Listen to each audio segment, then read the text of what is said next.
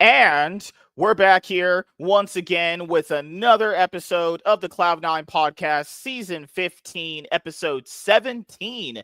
So I hope you guys had a great day, and I hope you guys have a great rest of your week that is ahead of you. And in this episode of the Cloud9 podcast, we are going to be talking about the finale of MSI 2025. We have EWC 2025 beginning. We also have a lot of off-season news to talk about before the 2025 summer splits begin for the major regions. That would be the LEC, the LPL, the LCK, the LCP, and the LTA. And joining me here in this episode of the Cloud9 podcast to talk about LoL Esports and all the other things we have to go over tonight is Mr. Blanks. What's going on, man? How are you doing? It's been a hot minute. Yep. Guys, I'm not even kidding. Usually I would have us, do like the whole guy bro conversation for a little bit. Guys, there's too much to talk about. We got to go straight into it. So I know. Let me talk about this LPL news real quick. Yeah, so pretty apparently much, Chad's got a scoop with the LPL. Pretty much what it is, it's the same thing. A lot of LPL teams, minus anyone's legend, want to make changes, but they don't know who to pick up. That's why right now it's just a bunch of rumors. Pretty much the only team, like if you're an LPL fan or you're a person like LPL, the only team I would be confident in going into Worlds is anyone's legend and IG. BLG. Let's put it your top 4 teams are anyone's legend, right? BLG, top esports somewhat, and IG. Your dark horse is JDG. Your dark horse is JDG and Team World Elite. JDG announced new additions to top lane and support last night. So last night, when most of us were already asleep, about to get up to go to work the next morning, we were already just in our beds just resting. I swear to you, JDG announced a new top laner and a new support. So the support they had was missing. I'm not kidding. It's literally what his name was. Missing is gone. Thank God. One of the most fraudulent international winners ever. Missing won an international trophy. Missing did. Actually crazy. They're going to pick up EDG support Wink. Yeah, Wink, who was actually worse than...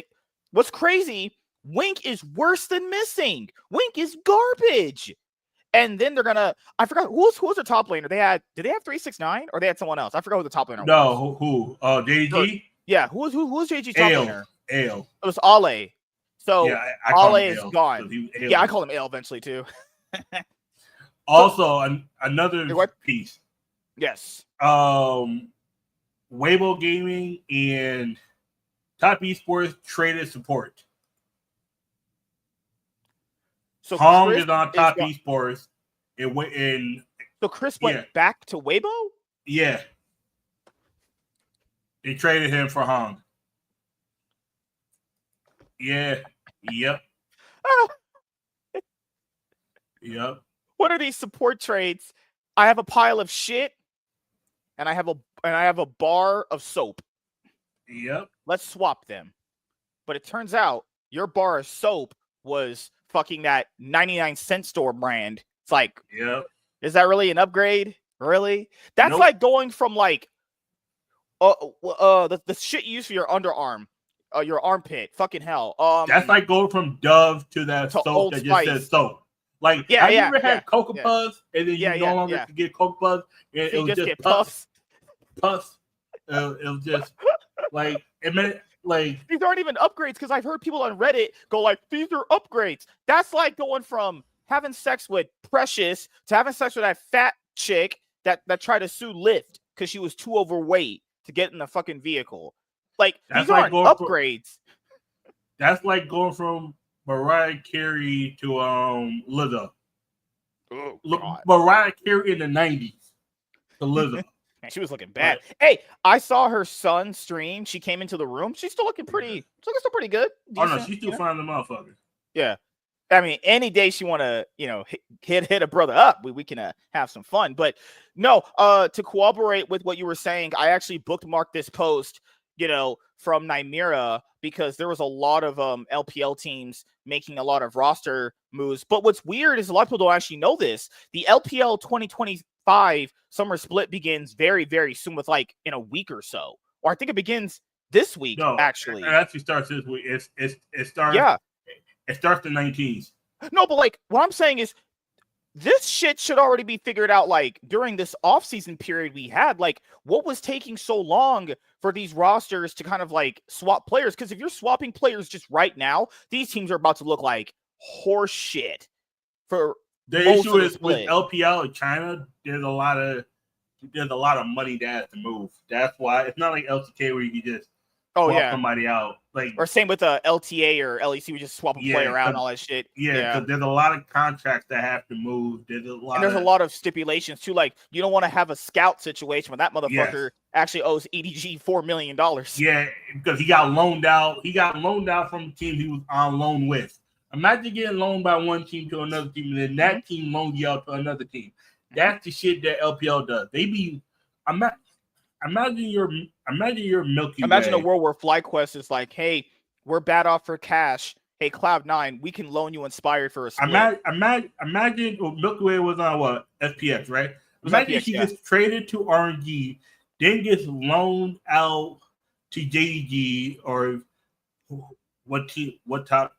Imagine, then he gets loaned out to JDG, and then BLG wants to have him for the because remember, if people don't actually know, when EDG and Scout parted ways, their owner, I had the transcripts on Twitter that they translated. He was not happy with it because Scout wanted to just return to the LCK as per what the agent was saying, but then Scout's decisions told a whole new story. Basically, Scout just wanted essentially more money. The owner said they were offering him exactly what he wanted. So it must have been like, hey, he had been on EEG essentially since 2016. Probably just wanted to have a different environment. He went to LNG, and he was he was the only reason why LNG was anywhere decently good. And then he's not on LNG anymore. He went to JDG. So I'll be honest here. A lot of these situations with most of these contracts are, especially with the LPL ones, some of these players end up on LPL teams for years and years and years. Like, Yagao could have actually played for LNG at Worlds, but I remember because Scout had messed up on like a visa situation where he didn't actually update his visa because he just forgot about it. So there was a good chance that he wasn't going to be at Worlds last year, and they were going to have to play with Yagao. They even made an announcement with it on the actual LoL Esports Twitter page, and Scout was like, Gala literally paid like $2 million USD to never play with Yagao ever again. He was like, I cannot. I'll just sacrifice my life savings so I won't have to ever play Worlds with that guy. So there is a lot to go over. So let's start with this, actually. So let me make this bigger. I have to keep in mind, I'm used to like 150 because my other that's right there. LPL roster. ID might replace Jungle. Mako might go as GG. Yeah, that was the same. See, that's a rumor. That swapping that's happening. JDG that's happened. FPX might not be an org if. Yeah, FPX might not be. Yeah, because FPX's top laner went to JDG. That I know. I don't know where the other players went. They said full on meltdown. That means the players probably fist fighting in there. Dude, I swear, legendary soundbite people should look up for League. Because people always wondered, like, what goes on with like the LPL teams? After this clip, I swear these teams stop uploading like voice comms. They stopped uploading those docuseries videos. Literally, it was a clip. Oh, there was two of them. So it was the one where EDG's head coach was yelling at his team for like messing up taking Baron and messing up their macro, like full on, like, you guys are fucking stupid, you're fucking trash. And people were like, God damn, that's a little crazy. But that one is I didn't care, honestly. But then there was the other one where Team World Elite, not the World Elite now, that can like be a dark horse team with Shanks and shit. This was before they got Shanks. And the coach literally said, you guys are trash and I'm trash. Literally after that, no more voice comms, no more docuseries videos from teams. They all just went ghost. Imagine a coach literally saying, all y'all trash, I'm trash. I swear to God to you guys, within a week, everyone fired, everyone gone. World Elite was basically not good. They're still technically not good, but they're fine right now. But so this one, IG might replace Jungle. Mako might go if JJ goes. Because JJ and Mako used to be on EDG and they won on EDG. But Mako, I can see why maybe like the Shy and Rookie don't want to play with Mako. Because they're not getting Mako from like 3-4 years ago. They're getting Mako now, and he's just been awful, honestly. I swear the support talent in the LPL is just bad, honestly. JJ is a player where he played very well at certain moments. He's like that player that isn't bad. He isn't great. He's just a solid, good player most of the time. But when he has those really good performances, people are like, oh my God, do you know how good JJ is? Let's be honest here. He's a good, decent jungler. He has problems with consistency most of the time. And what was IG's biggest problem? Consistency. The problem with IG is they have the Shy, who is Int Master Extraordinaire King James Lebrov Jr. That man is king of inting. So if you want a more stable IG, you're going to have to get rid of the Shy. But they're not going to do that because, that's never going to happen. So I don't know what's going to happen with the team, honestly. I mean, they have Gala. Gala's a nice, consistent ADC himself. I think he's very, very talented. But these are the weakest pieces, honestly. I think changing them out makes sense if you're going from IG's point of view. Top Esports and Weibo swapping players is fine. I mean, Top Esports basically imploded after first stand, after they got fucking completely, exposed. Weibo hasn't been good. I'd argue, I'll be honest, I never thought Weibo was good ever, even when they were doing like randomly okay and good at Worlds anyway. FPX, full-on meltdown between the players, so the whole roster imploded. They basically pulled a Fnatic, everything. Weibo was good because they had 5 players that actually could play. Shadow's still on the team? Yeah, he is. Yeah, Shadow's still there. But Xiaohu, he's had years where the year that he made World Finals, his first ever World Finals, he wasn't even good. He wasn't even good at all. But the next year he played really good. I'm like, he's an odd player. I think he overall is a great player, but I mean, honestly, looking at how Weibo has functioned, I can't see Weibo hitting the same highs it did last year. And Ninjas and Pajamas is all booty. It's basically Doinby and 4 bots. Those players aren't even wards. Those are bots. Yeah, that's what it was. It was like that with Rookie. Yeah. People say, "Oh, Rookie's not bad. He's on a bad team. He's not bad himself." Well, I keep it above. Questions about BLG swapping jungler again. Beichuan was never the thing with Beichuan is that one player you guys know in probably like the NBA, NFL, where it's a player who's always on like a relatively middle of the pack team every year, middle of the pack. They're never like better than middle of the pack. They're always just in the middle. But Beichuan was never a player on a middle of the pack LPL team where people went, oh my God, this guy is just carrying just 4 wards. This guy has some real sick talent here. No one ever said that about him. I was so confused when they picked him up. He's just always been a relatively decent middle of the pack jungler. He's always been middle of the pack. He's never been top 4, never been top 5, never even probably, because they had 17 teams at one point. He wasn't even probably, in my opinion, like, I don't know, 11th best jungler. He's always just been like, all right, as you guys say these days. Well, like, if you're on BLG, I don't need just I don't need that. You need to be good. I need you like carrying games. I need you like putting fists in people's booty holes. That's what I need. But Beichuan's not that player, and I don't even know why they got him. Had to have been because he was just really, really cheap. And if you're Beichuan, this was your one chance to prove that you could finally be on a top tier team. And he has some decent games, but he's just not that kind of player. He's not that kind of player at all. He never has been, honestly. I'm gonna tell you this. I wouldn't get rid of him if I'm BLG, but I do understand why you would get rid of him. I wouldn't get rid of him. Because the problem here is like because it essentially scapegoats him for everything, and I think the bot lane has underperformed quite especially on. Yeah, off. That's he's not on anymore. I mean, Elkfit tried his hardest, but my God, he can only do so much. Oh Like, yeah, no, I was off. He been off. Like Ben hasn't Last looked year. like Ben in the last couple of series we've seen him. Knight's This not ain't the even middle for bad. Ben. I think Knight has just given up on his team. I don't think he cares about trying to make it work anymore, honestly. Like, I can't look at those games and be like, it's how can anyone watch those games and go, it's Knight's fault? I would say the opposite. I Okay. would say Ben's giving him. I think Knight's trying his hardest, and he knows he's on a team with a bunch of people that are good or not putting 100% effort. Think about it. You're sitting next to two people, one who doesn't have the experience in base one, who's underperforming because he's not used to this, and another one who's underperforming because his support is dog shit. You got Ben, who I think mostly I do believe he's trying, but and this been happening all MSI.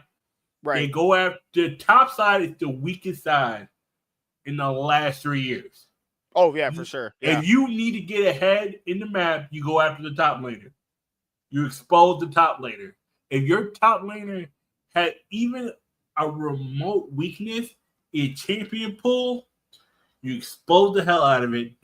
We gotta talk about today. Game 3. I just want to add to your point because here's what I've been thinking about all day when it comes to BLG. And I was thinking, like, they were really good when they had Jun, but it also felt like Jun even added to like their macro. Like, I don't want to say it was mostly Jun adding and telling Ben where to go, or the communication with Ben was better, but it looks like that Jun was actually directing a lot of them where to go on the map when it came to his aggression, honestly. Because Ben just looks direct. Ben looks completely directionless in games now. Just looks like he's just fucking doing shit just cause. Like, there's no actual reason to do most of the things he does. And it looks like I knew getting rid of Jun would hurt them. Like, people really underestimate, oh, well, they had got Wei and they won with Wei. But I told people that was a honeymoon phase. Everyone has honeymoon phases with the new girl they meet. Then after your fucking dick stops getting hard and your rose tinted glasses come off when you're like, hey, this is just another girl, you start seeing all the flaws she has. Wei was not the right answer. And keep in mind, at Worlds, Wei lost them 2 games, 2 best of ones after Wei won them, helped them win a split. And BLG were like, yeah, you know what? But goodbye. We're just playing Jun. Then Jun came back in the roster, got them to World Finals. And then he was basically so Cloud Sidkey said the reason why they got rid of him was because he was allegedly in Minecraft trying to poach players. I don't know if that's true. That's what he told me. I don't know if that's true. But then BLG get rid of Jun, bring back Wei, and then fail with Wei. So Wei's told, hey, basically, you didn't want me at Worlds, and I'm only coming back because you have to get rid of Jun. So the dynamic between Wei's now fucked, even though Wei helped you win a split. Like, BLG just making all the bad roster decisions. Like, why would they think bringing back the guy that they got rid of for 2 best of ones at Worlds, he would like actively want to play with you anymore? And then Wei's style just doesn't fit. Wei's play style just never fit with BLG ever. It was just a honeymoon phase they had with him. So, good Lord. I don't know what BLG are going to do. I mean, getting a new jungler is like, this sounds like TSM back in the day. I'll just get a new jungler. Things will work better. It's like, really?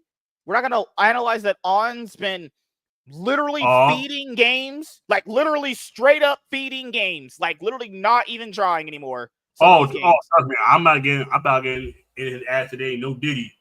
This nigga got cooked by LeBron. What? Nah, bro. Oh my god. We gotta talk about the series. We gotta talk about EWC. You know that game 3 where he was on Renata Glass and they threw him in? You could tell Elk didn't care if he died at all. Just threw him in. Just get away from me. That was the team that was just waiting for the summer split to start. You could tell they were just, yep, we're done. Yeah. Oh, before we go and talk about EWC, I do want to bring up this for a moment here, because this is something that happened today. So, I don't know specifically who this is, you know. I can tell this is based from Saudi Arabia here, actually. So Carlos, the founder and CEO of G2 Esports, got canceled for way less. Literally all he did, was post a video with Andrew Tate. That's it. No dialogue, just posting a video that he was smoking at a party with him. That's it. That's all it was. Then he was told he had to step down from being the CEO. Let's be honest, he probably still is the CEO. This was probably to ease public tension, obviously. It's a massive blow up, right?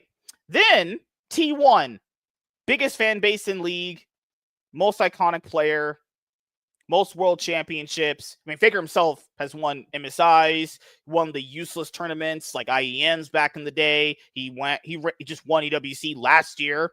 So T1 is now sponsored by a company in Saudi Arabia. I wonder when Faker's going to get canceled from people. Keep in mind, he's not, and I don't think he should be. He's just getting the bag, which is fine. T1 the org should be getting the bag because T1 knows there's no money to be made here outside of sponsorships, and even that's already pretty fucking flimsy as it is, right? So where's all the people? This is Faker, who's here with the literal leader of Saudi Arabia, or one of the people leading this company, I think. I want to mistake the person's name. Where's the outrage because of this? Where's the outrage because of this?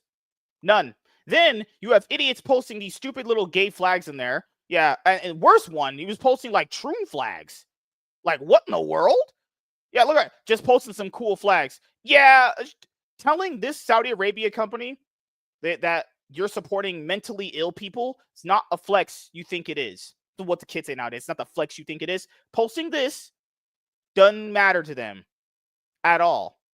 Because you know what's crazy? A lot of these, and T1, I'll give credit to T1. They never promoted pride bullshit ever.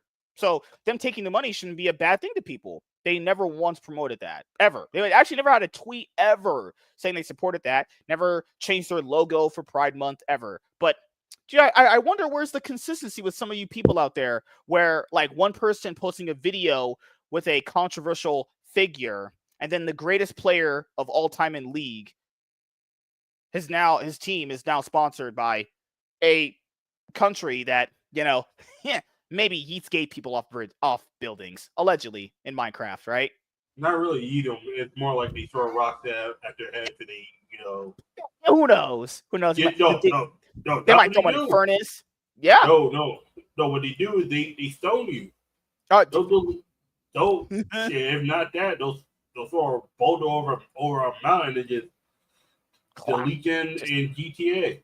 Good Lord. It's insane to me that people never carry that level of consistency.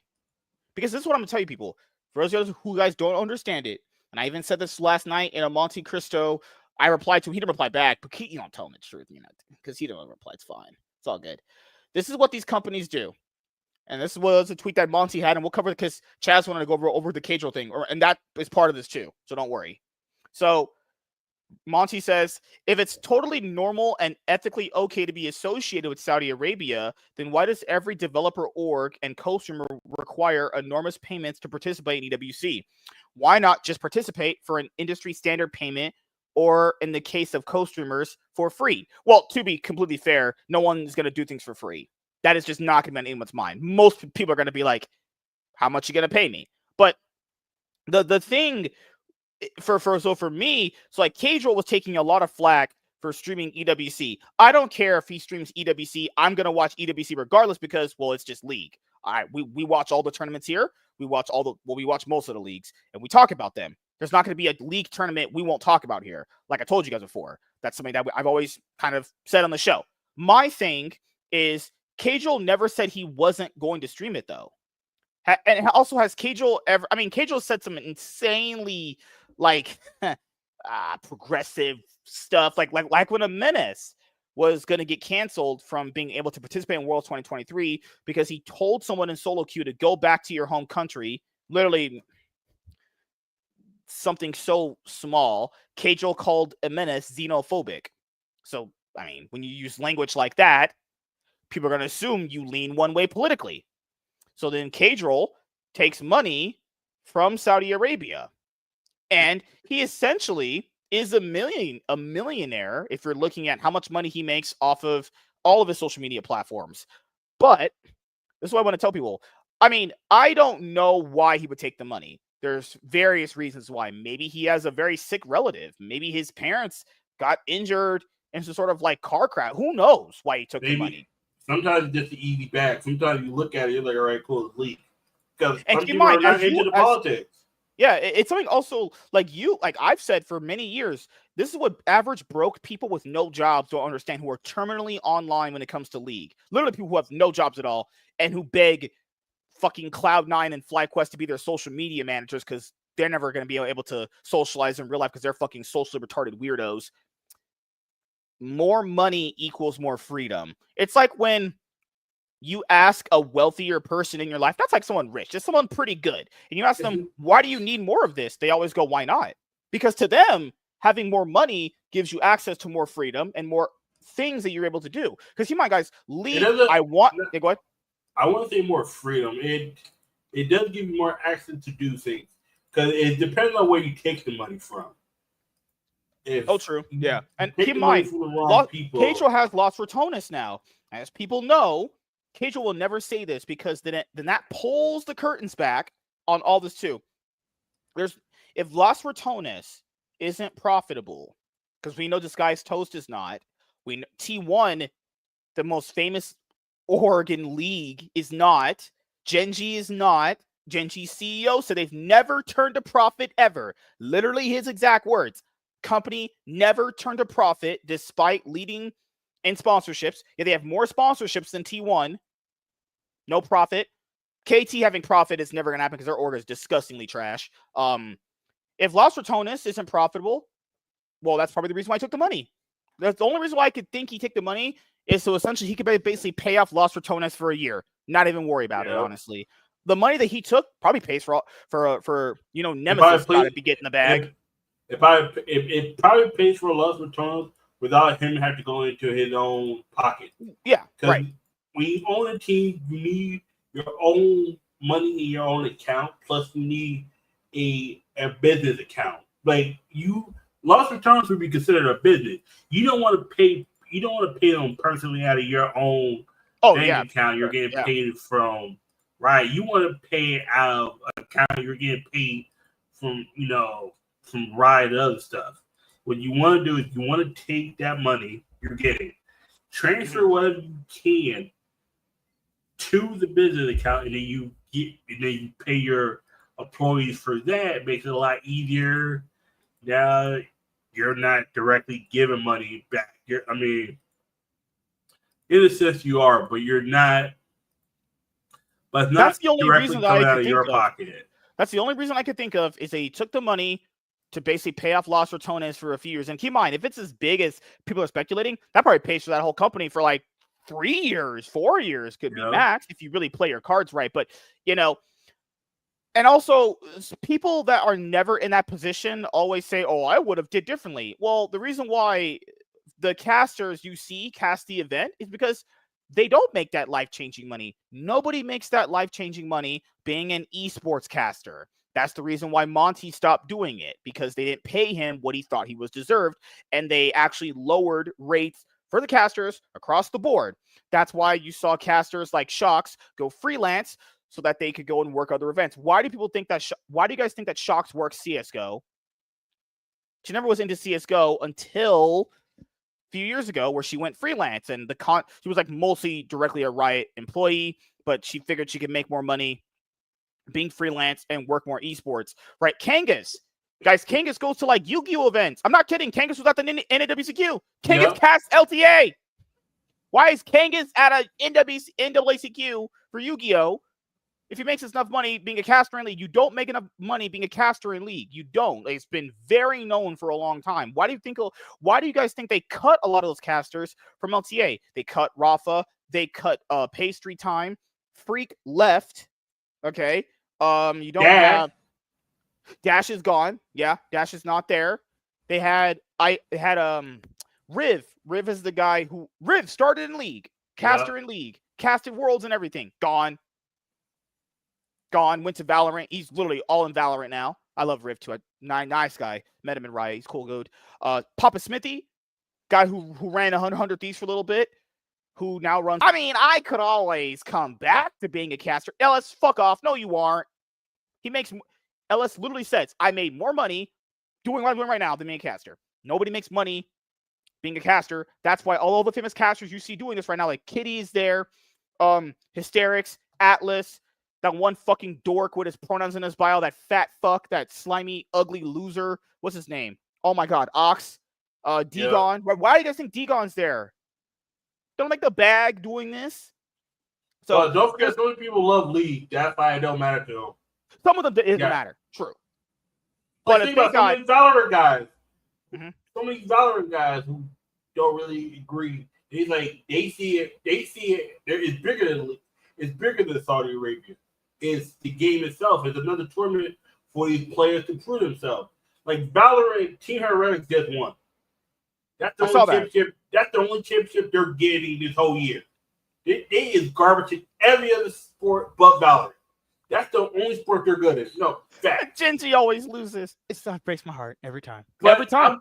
I'm telling you this, Gen.G is the best. Damn it, DF, and Detonation Focus me.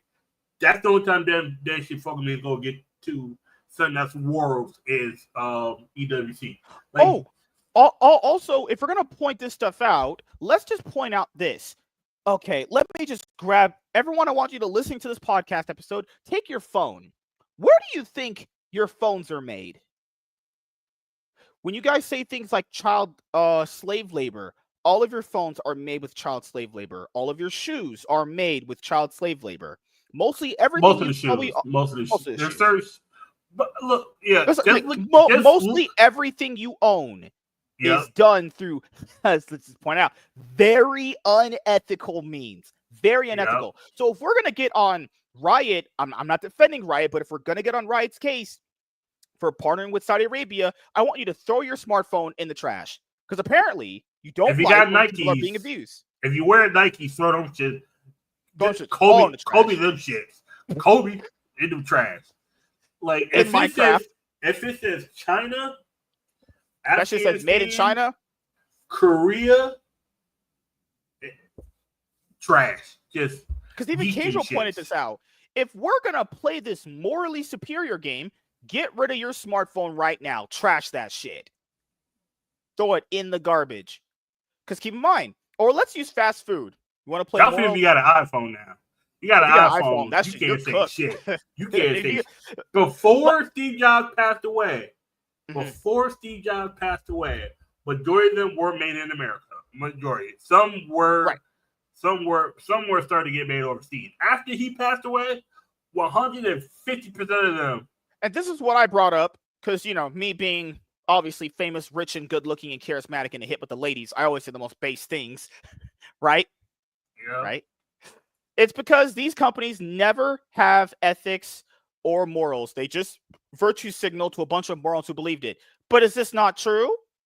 All these companies, Cloud9, I love Cloud9. Cloud9 sells Pride merch. Since I've known them, they sold Pride Month merch. That shit doesn't sell. I don't know why they sell it at all.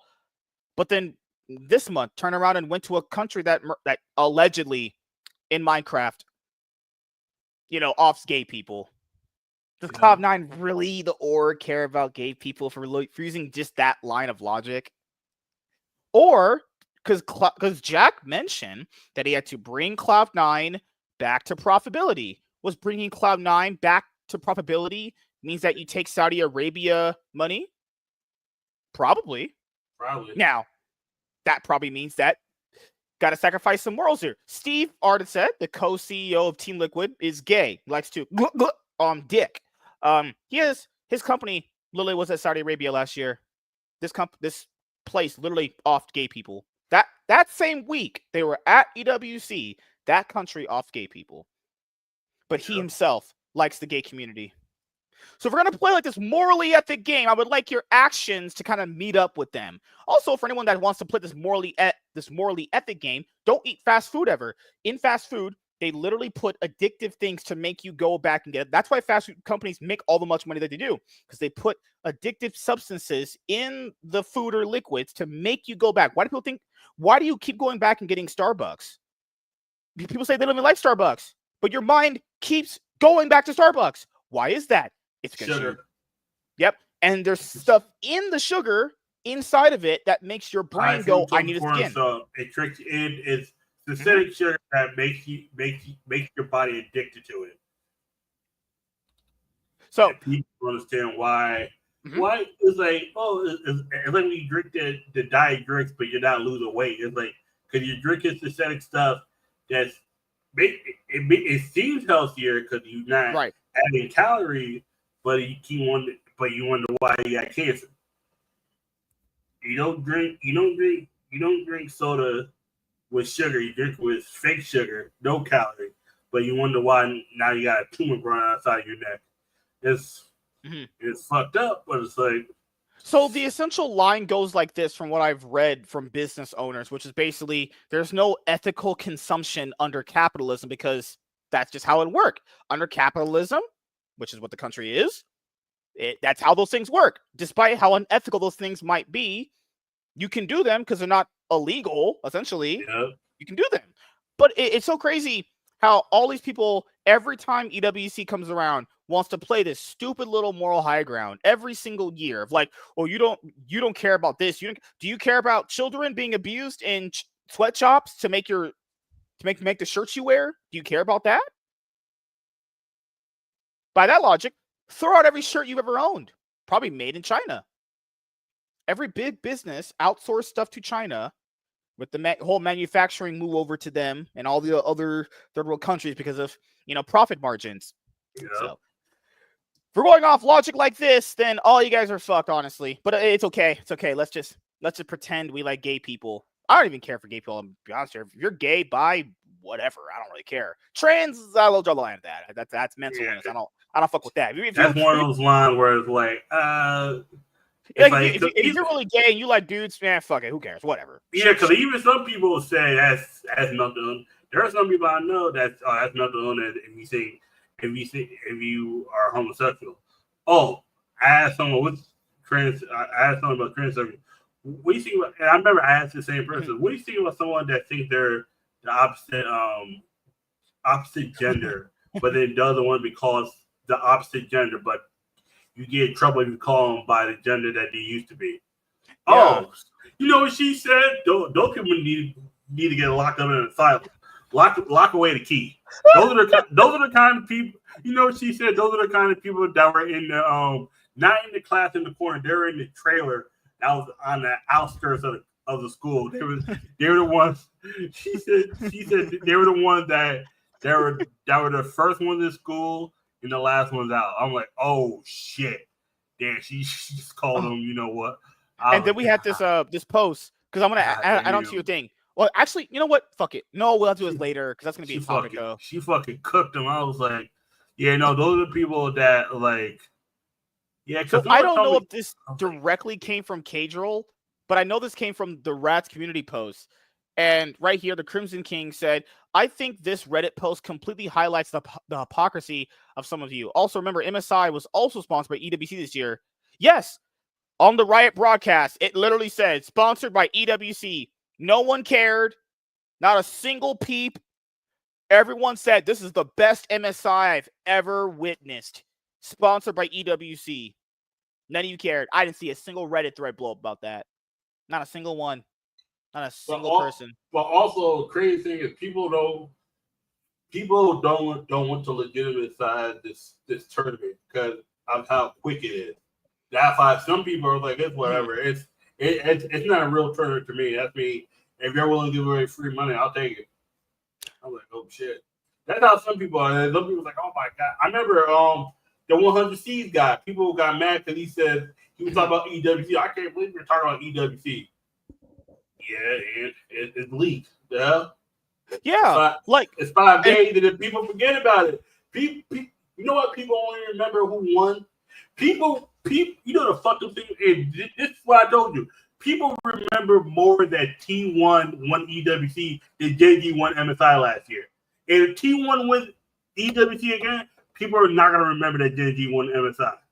That's the sad part. That would be crazy. People are already forgetting that Genji just won MSI. Man, if Genji better not, I was scared they're going to lose. Not losing to G2, I don't think they are, but that next round, who knows? Anything's possible. Oh, once we get to the EWC, oh my God. Yeah. He says, I imagine Worlds 2025 will probably be as well. So you guys might as well just stop watching League entirely. Yeah, also, if we're being completely honest here, do people know who owns Riot now currently? Riot is owned by Tencent, a Chinese company who's also has ties with fucking hell. It's another company they have ties to. No, fuck all that. Don't people must forget Chinese is communism. You remember 50 years ago, we was fighting them communist motherfuckers? They're literally, as in their nickname, the Chinese Communist Party. CCP. But they're not bad. Them motherfuckers got cameras everywhere. There's probably a camera in your asshole. If you're not careful, they might stick a camera in your asshole just to see what you're shitting. Like, you gotta realize, China got so many goddamn cameras. Like, you motherfucker, if you get caught peeing outside, they might throw you somewhere in like near Mongolia. Also, don't be fat and go over there. From what I heard, they don't. It's not that they would off you. It would just be they kind of shame the shit out of you. It would be eternal shame if you went over there. Don't flame the fuck out of you. Don't flame the fuck out of you. It's one of those things. Oh, you fat. You want chicken? We got chicken, fat man. They're gonna call you fat all fucking day. Oh, fat man, you want chicken? We got live chicken. No, bitch, I want mine dead deep fried. You ever heard of Popeyes? Oh yes, we got Popeyes. We got 4, 5, 8 piece. You want a 16-piece, fat man? They're gonna flame you. Like they be fat shaming a motherfucker that don't call it fat shaming. It's like, we're gonna fat shame you until you're skinny. That's what Chinese people do. That's what Asian people do, really. Like, don't fat shame you till you want to start losing weight. So here was this post, which was, he says, I'm pretty sure this is K-Dro or someone else. It could be someone else, but who knows? To the boycotters, make sure to no longer use these products as they sponsor the EWC. Sony, Amazon, PepsiCo, Lenovo, Legion, MasterCard. Yeah, MasterCard. Everyone got a MasterCard. Adidas, TikTok, Unilever, Kit Kat, Warner Brothers. That's the joke. No one cares about. No one sponsors. No one supports Warner Brothers. They've been Warner bombing Brothers since 2000. They've been flopping. They've been bombing since '95. They started a TV channel and lost money off that. Yeah, come on. Warner Brothers is the only company to have a joint venture with fucking Viacom CBS and never make money. They teamed up with another company and they lost crazy. LG Ultra Gear, Logitech, G, and Crunchyroll. Yeah. And then you had no more Pepsi. You gotta realize PepsiCo is not just PepsiCo. PepsiCo is not just like drinks. Sierra Mist. Yeah, Pepsi has actually hands in a lot of drinks. Yeah, it's not just it's also chips. Chips. You gotta realize any company. You got look what's under PepsiCo. PepsiCo is tied with a lot of companies. You can't use Unilever is lotion, certain body cream. You can't use that. You're not using Sony. You'll use Microsoft. For your games. Amazon. I know motherfucker ain't gonna stop using Amazon. What's crazy? Amazon Prime. What's crazy about that post is, I know people know that Amazon sponsors EWC. I guarantee you use all of motherfucker. Wait a minute. We know this is not debatable. All of you guys subscribe to the LTA's Twitch account through your Prime membership. Yep. Every one of you got Prime. Subscribe anymore. Also, MasterCard. I ain't getting rid of Amazon Prime. I'm good. I'm telling right now, MasterCard. The issue is MasterCard. You can't get rid of MasterCard if that's the card on your if that's the card your bank uses. Yeah, that you can't control at all. That's just they just give that to you.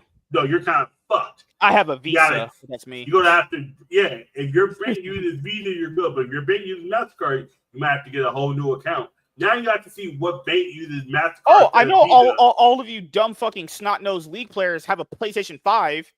Oh, hell yeah. Trash that PS. Trash. Lenovo Legion can't use those laptops anymore. You can't use LG. You can't use Logitech. Oh, if they say you can't use LG, all my products are LG. My whole LG Ultra Gear, you can't use that. Logitech, trash. You can't use those. No one ever used Warner Brothers. I got a Logitech mouse right now and a keyboard. Can't use that. Crunchyroll. I know y'all niggas love anime. Oh, I know y'all ain't giving that up. Y'all motherfuckers. No, it's crazy. The only company on here no one is afraid to give up is Warner Brothers. They're like, they get that one. Warner Brothers ain't TikTok. Oh, TikTok. Fuck TikTok. and Dazzin. What the fuck is Dazzin? Yeah, TikTok has literally been confirmed that they actually straight up spot. It's there's something with China. Data mining. They're data mining Yeah, you. yeah. They're collecting your algorithm and then they're feeding your information. The fuck? They're literally feeding your information. The motherfucker was like, oh, but I can't go without TikTok. Wasn't TikTok confirmed to be literal Chinese spyware? Yeah. Literal Chinese spyware. Yeah. They had to go to TikTok was going to get banned until Trump let it still be around. And now, since they've gotten in so much trouble, the regular TikTok app you guys have, it's going to be going away. They're going to make a USA version of it. Yeah, a US version where there's no data mining. It's going to pretty much, it'll be like TikTok USA. It's going to be everything, but without like it being directly connected with China. Good God. On the next one here was Forrest he tweeted, so now what, guys? And then this person says, if you think the actions of a corporation that exists only to make profit are comparable to the actions of an individual streamer that claims pro-LGBTQ mental illness ideals, then I don't know what to say. When has Faker ever proclaimed to be a part of that mental illness? No one likes T1 doing this, but they don't have a say in it. No one thinks T1 is an ally. No, the issue is Faker might be an ally. He doesn't give a fuck. That motherfucker is like, I like League. Faker does. Doesn't give a shit. About you guys' sexuality. Not on that works there. He really does it. The only people he gives a fuck about are the four people sitting next to him. Faker doesn't watch movies. Faker doesn't date girls. Faker literally just plays League. He doesn't even use skins in League. He just uses the basic motherfucker ones. Yeah, motherfucker got 5 skins, don't use, or 4 skins, don't use one of them. This motherfucker got a T1 also, when this person's bio says British communist, opinion already discarded, they them pronouns, British all trash. This person says no one likes T1 doing this.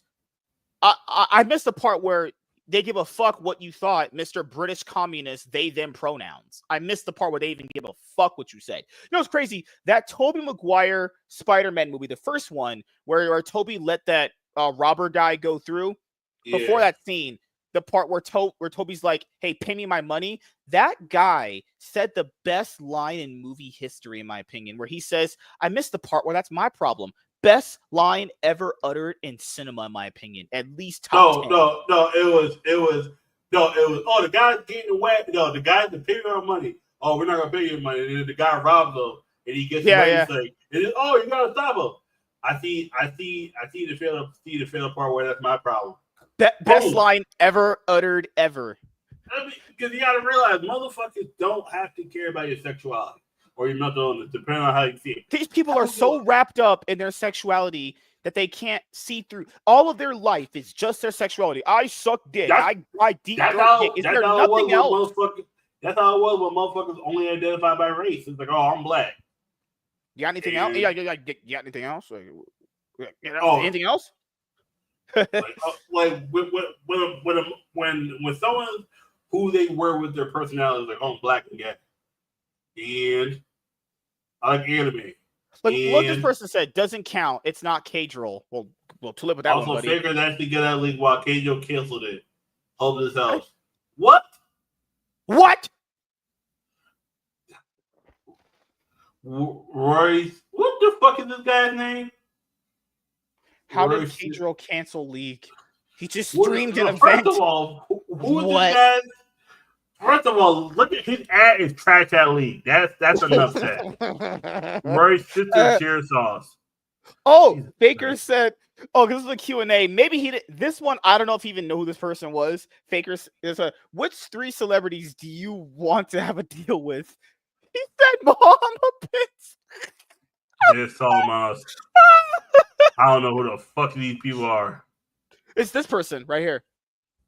This person isn't. One of them is. They all look the same. Shit. He said Miss Faker's real quick. Osama bin Laden. Okay. One's a soccer player. God, kill me now. Okay, two of them are athletes. And what was the last one? Mohammed. Yeah. Okay, let me.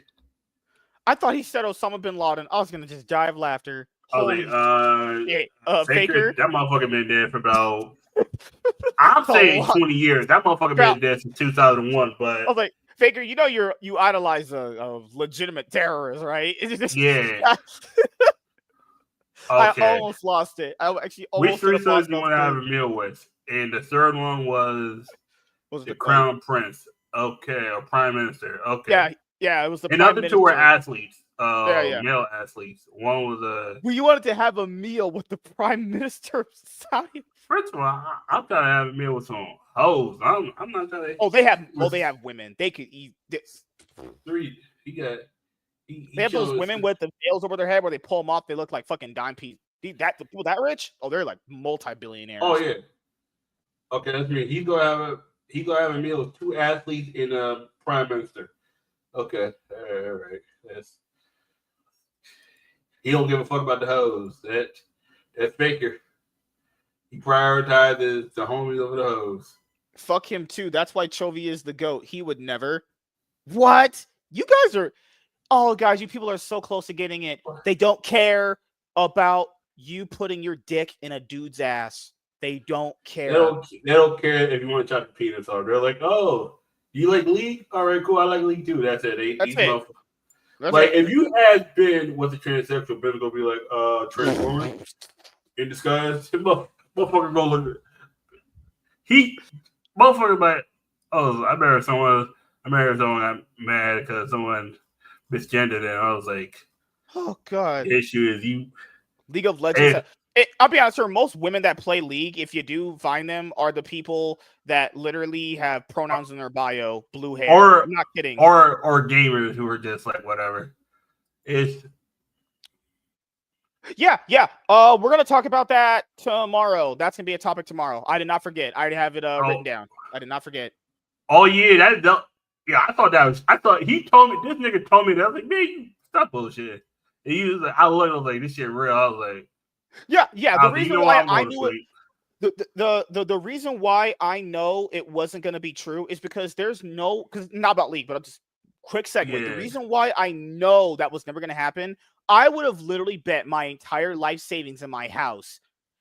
Did anyone think Nintendo, Japanese people, we know how culturally inclined Japanese people are with their shit. Yeah. Did you ever think in your brain for a minute that Nintendo would hire a Looney Tune to play their most iconic female character ever next to Princess Peach? Zelda is one of their most literal profitable video games ever made. Zelda, one of the most iconic female video game characters ever to grace our planet. Did you pop? I don't know how idiots on Twitter went, no, this Looney Tune can... Well, I have this fucking oceanfront bridge to sell you then. Why did people even think that was real? Why? Someone please explain to me why you thought Nintendo... That is like if a Dragon Ball Z live action movie came out again and they casted Jaden Smith to play Goku as a rumor. That would never happen. Yeah, that'd be crazy. I'd have a better shot at jumping off a bridge and becoming a Super Saiyan and then going to Lennon's house butt naked and her getting down on her knees and goggling on my cock. There'd be a better chance of that happening. Not the fact that anyone thought it was going to happen. You need mental therapy. You literally need help. Holy shit. Fucking hell, I hate people on the internet. Why would Nintendo cast a Troon to play Zelda? Oh, yeah. No, mind blown. Complete mind blown. But in spirit of shitting on Cloud9, that's what I do in my pastime. Cloud9 went to EWC. The reason why I can't show the EWC highlights is because there was a highlight channel that we watch, Kaza. He got a copyright strike for showing the highlights. So you have to watch the highlights for the tournament on their own EWC highlights channel, which I didn't subscribe to. Anivia as well got their stuff taken down, I believe. Yeah, so the only way to watch the EWC highlights is to just go on their YouTube channel, the second one that shows the highlights of the games. The reason why I didn't subscribe to it, not because I didn't want to, is because I don't like subscribing to channels for like that one-time use because it's just kind of worthless to have in my subscription box. So the reason why I want to show the games because I don't want to get in trouble, honestly. Yeah, I already got a... Anivia as well, they had to take down. they didn't even put up a thing. They just took down all their videos. Because Kyla got hit first, and then Nivea took all their stuff down immediately. They weren't even playing that. It was like, oh, okay, cool. It's like so by the time they're back, so they got a 7. So I know that I just had that strike. They had the 7-day strike. So that means they're gonna miss the first couple of days week for LPL and the first few days of LCK. But they barely do LPL game anyway. Yeah, Kaza I know doesn't really do LPL. They do. Olivia does LPL more. Yeah, Kaza does LCK, sometimes EU, LTA. None of them do LCP, which is weird. They should do LCP more. It has the English broadcast. I'm actually gonna watch LCP a little bit more to split. Maple came back. Maple came back to PSG. I don't know if that's gonna change anything, but Maple came back. I'm not gonna lie, it doesn't even matter. Give me 1 sec. I need to go on Reddit for a second here. I need to vent Cloud9. Oh, good lord. I love when people vent about Cloud9. Makes me happy in my life. Oh man! Oh no! We definitely got to talk about Cloud9. Oh my God. I hate it. So I can't confirm this because Sheep Esports blocked me because I was like, hey, because that female article they put out about Riot wanting to build this female competitive league LCS style thing came out, and I was like, oh, you want men to compete with women? Blocked. Yeah. No, I would rather. Yes, Riot is gonna build a competitive LCS for women, but allow men to compete with them. And that's what I have to agree with these people on. How about no? How about you can go fuck yourself? How about take I had to piss on a sock, one of my crusty socks, take it and slap you across the face. You ever think I'm going to agree with that shit? Yeah, you got to be like, hell, nah, you crazy ass bastards. Stuff. You got to be on some all-the shit. Oh God. Did you see SK take that L? SK got ass fisted by an ERL team 21-1. No, I didn't see that. SK got booty blasted. Like absolutely tortured by an ERL team. We're talking like asshole all the way open the fuck up. See you Tuesday. Have fun camping, man. If you see any black people, make sure to run. They're gonna rob you. Just allegedly, you know. But we'll be talking about the Zelda controversy. We'll be talking about tomorrow. I did not forget. I wrote it down for a topic. All right, what was I saying? Oh, the Cloud9 thing. So there's 2 things we must go over right now because I can't confirm this, but I think Cloud9 paid Sheep Esports to write this like hit piece on EWC. I mean, Cloud9 promotes Pride merch for June, then goes to a country where they literally off gay people in Minecraft, allegedly. Them niggas was there for a whole day and sent right back home. So I could believe that Cloud9 would kind of, hey, Sheep Esports, you want some dirty insight on EWC? Cloud9 already got paid by EWC. They already have the money. So, and to keep in mind, even when Cloud9 lost to FlyQuest in the LTA, what do you call it? The LTA North Split 2? What a stupid name these are. Holy crap. Like the spring split that we just passed with LTA. They had said, we still have EWC. Because I think Sven said that. It's like, do you have EWC? I always say, when does Cloud9 play? 2 weeks. Them niggas play. Them niggas. That was drop. Them motherfuckers played a Yu-Gi-Oh! Regional O2 drop. They went there. They flew there.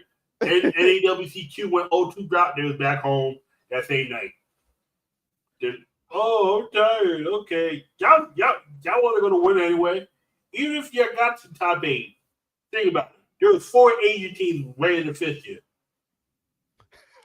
Think about it. They lost to both LTA representatives. They didn't play an Easter team. They lost to Brazil. Yeah, lost. And then Peter Dunn goes on Twitter and he's like, and ThinkHard, who used to be the coach for NRG, he was like, but people told me that Furia, that Cloud9 should have been there over Furia. And I even said this too. I don't think Cloud9 should have been at MSI. I never said that. I said if Cloud9 goes to MSI, they're going to get their asshole fisted so hard, you might actually see their literal insides. I would say probably over Fury. I would have said that. My issue was we knew Fury wasn't getting the fuck out. We knew Fury was going to get 10th. I mean, that wasn't shocking. It's Fury. Yeah. Did they play well and better than we thought? Sure, I will give you that. Hell yeah. But it's a 10th place team, and I don't have any expectations for you. I mean, you playing well is I'm not saying Cloud, you, like, you know the fucking thing is Cloud9 11th. They're 11th. They're 11th place. Fury is nice. Just think about it. Neither of these teams made it out of the play-in, but Cloud9 out of 12 teams, they're 11th because game is 12th. Like, I'm so disappoined. These niggas got packed up. The stuff that I saw from this team yesterday, I even went, it's so hard to care. It's so hard to care when you keep seeing the same things pop up over and over and over again. And I knew if they went to MSI, they would get destroyed. Even if they had got out of the play-in stage, but they probably weren't. Probably would have got blown out by GAM or some shit like that. The two teams that had a break that didn't go to MSI got knocked the fuck out. How Life got through. They got the easy schedule. They got to where they got, and then that after that. Cloud9 went all the way over there. They got fisted by both LTA representatives in MSI. Fuck a losing to an LCP team. Nigga, you lost to America and Brazil. And it wasn't even close. You had a better chance of beating FlyQuest than Furia. Furia came in the door, put their whole foot in your ass in 10 minutes, and just left it there. Bot lane was permadeath. Just permadeath. Blabber? What he played? Sejuani? He played Sedge and Trundle. Yeah, he played Trundle the first game, and he played Sedge the next game. Yeah. Sejuani, the way burn the team. Burn it. Everybody but Cloud9. Cloud9 has chats crashing out. He's like, I'm done. I can't do it anymore. No, because and then motherfuckers like, oh, when is the 100 Thieves? But we know 100 Thieves suck. But y'all Cloud9 niggas, y'all Cloud9 dick riders, we're talking about. They kept saying, "Oh, well, they should have been there at MSI." Over and keep in mind, these games prove it. These games prove if they can't beat FlyQuest when they haven't played in a month and FlyQuest is jet lagged from MSI. Come on. It's the best of one. Oh, but it's the best of one.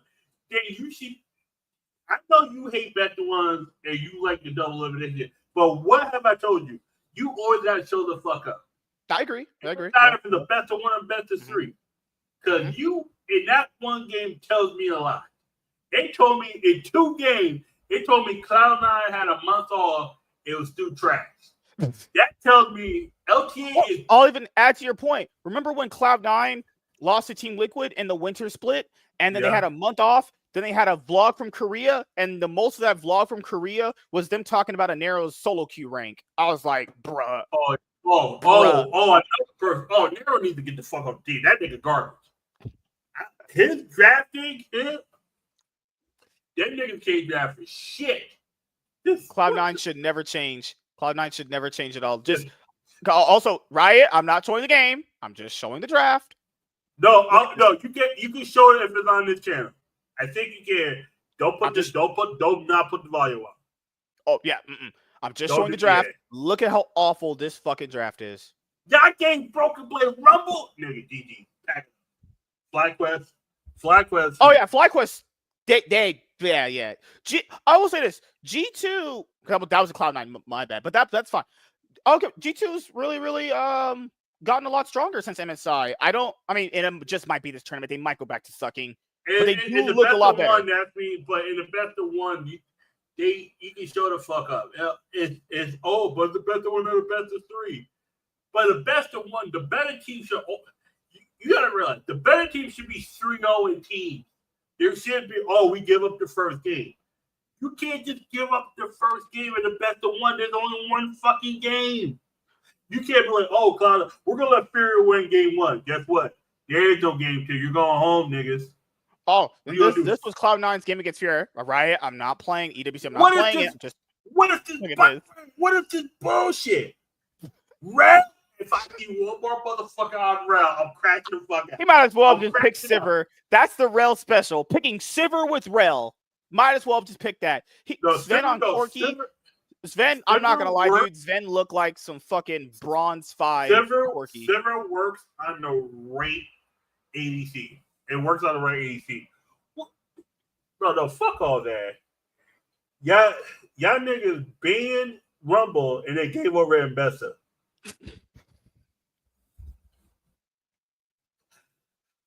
And y'all picked this shit? The bot lane. Guys, they lost just from bot lane. Senna, Alistar versus Corki Rail. Are you serious? And then this is what Cloud9. This is what Cloud9 cooked up after taking a month.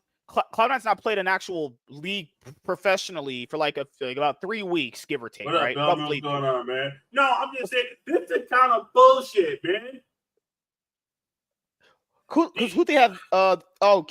Yone against Talia is bad. That's a counter. Talia eats his ass up all day.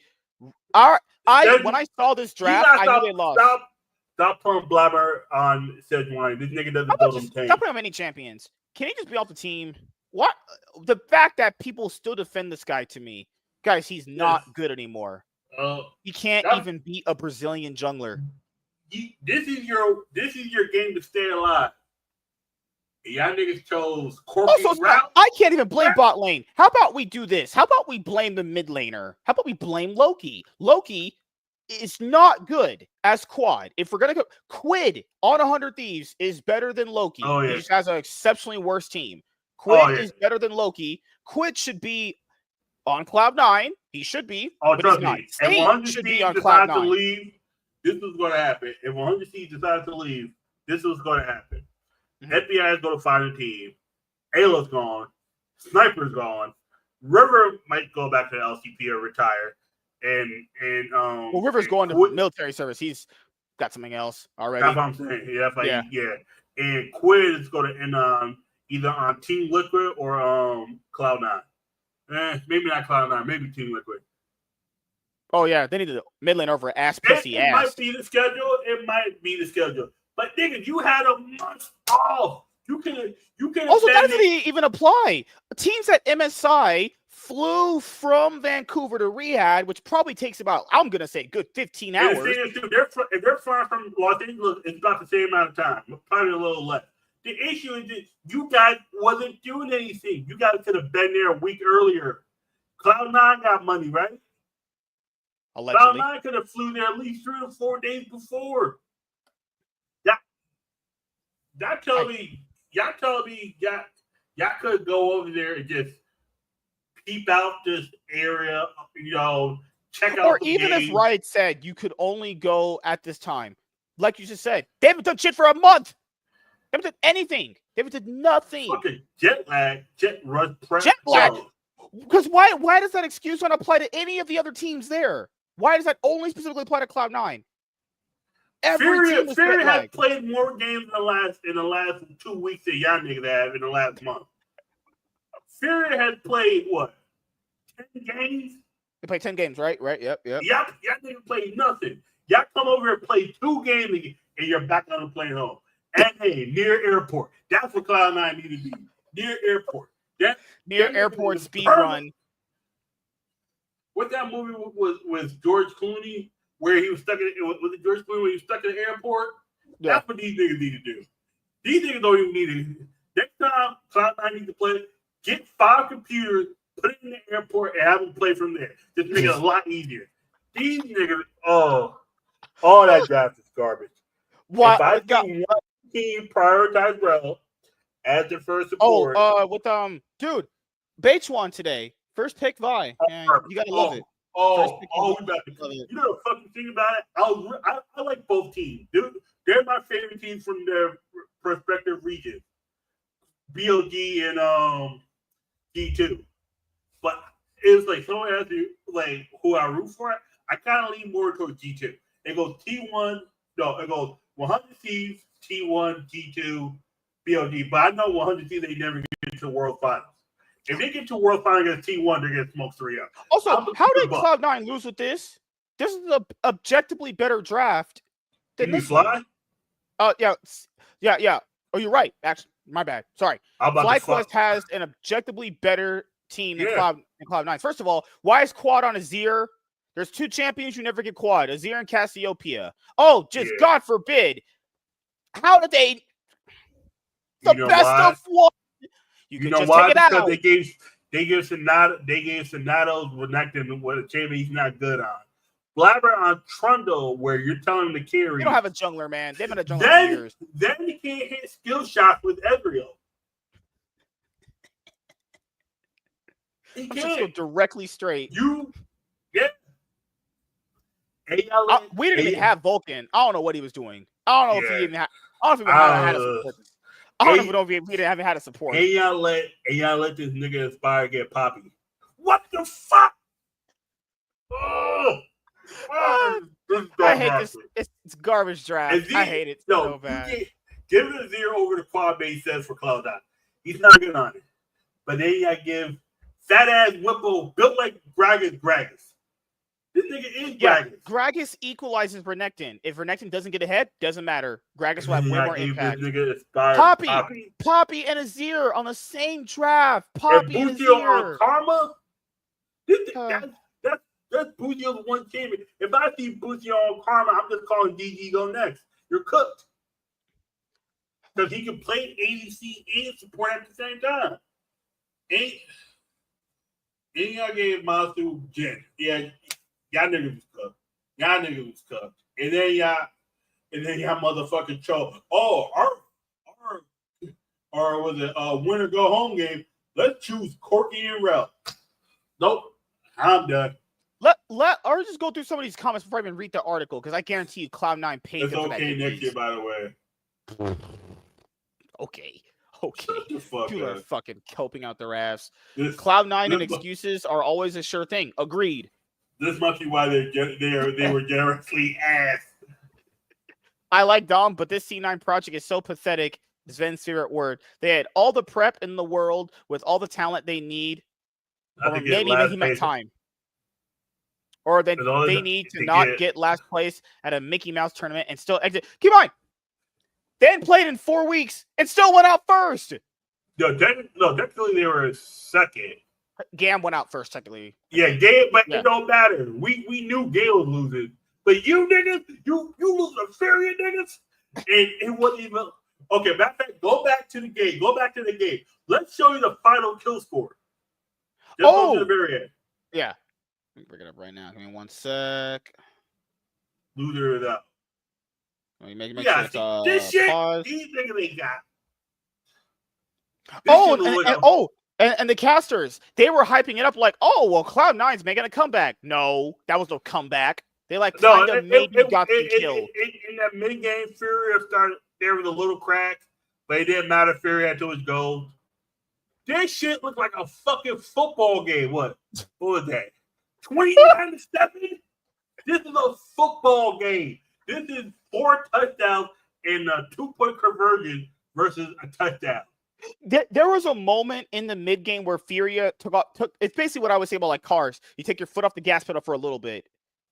After like 3 minutes, after they put their foot back on. Oh God, dude. These niggas got 1 drink. 1 drink. 4 towers. 29-7.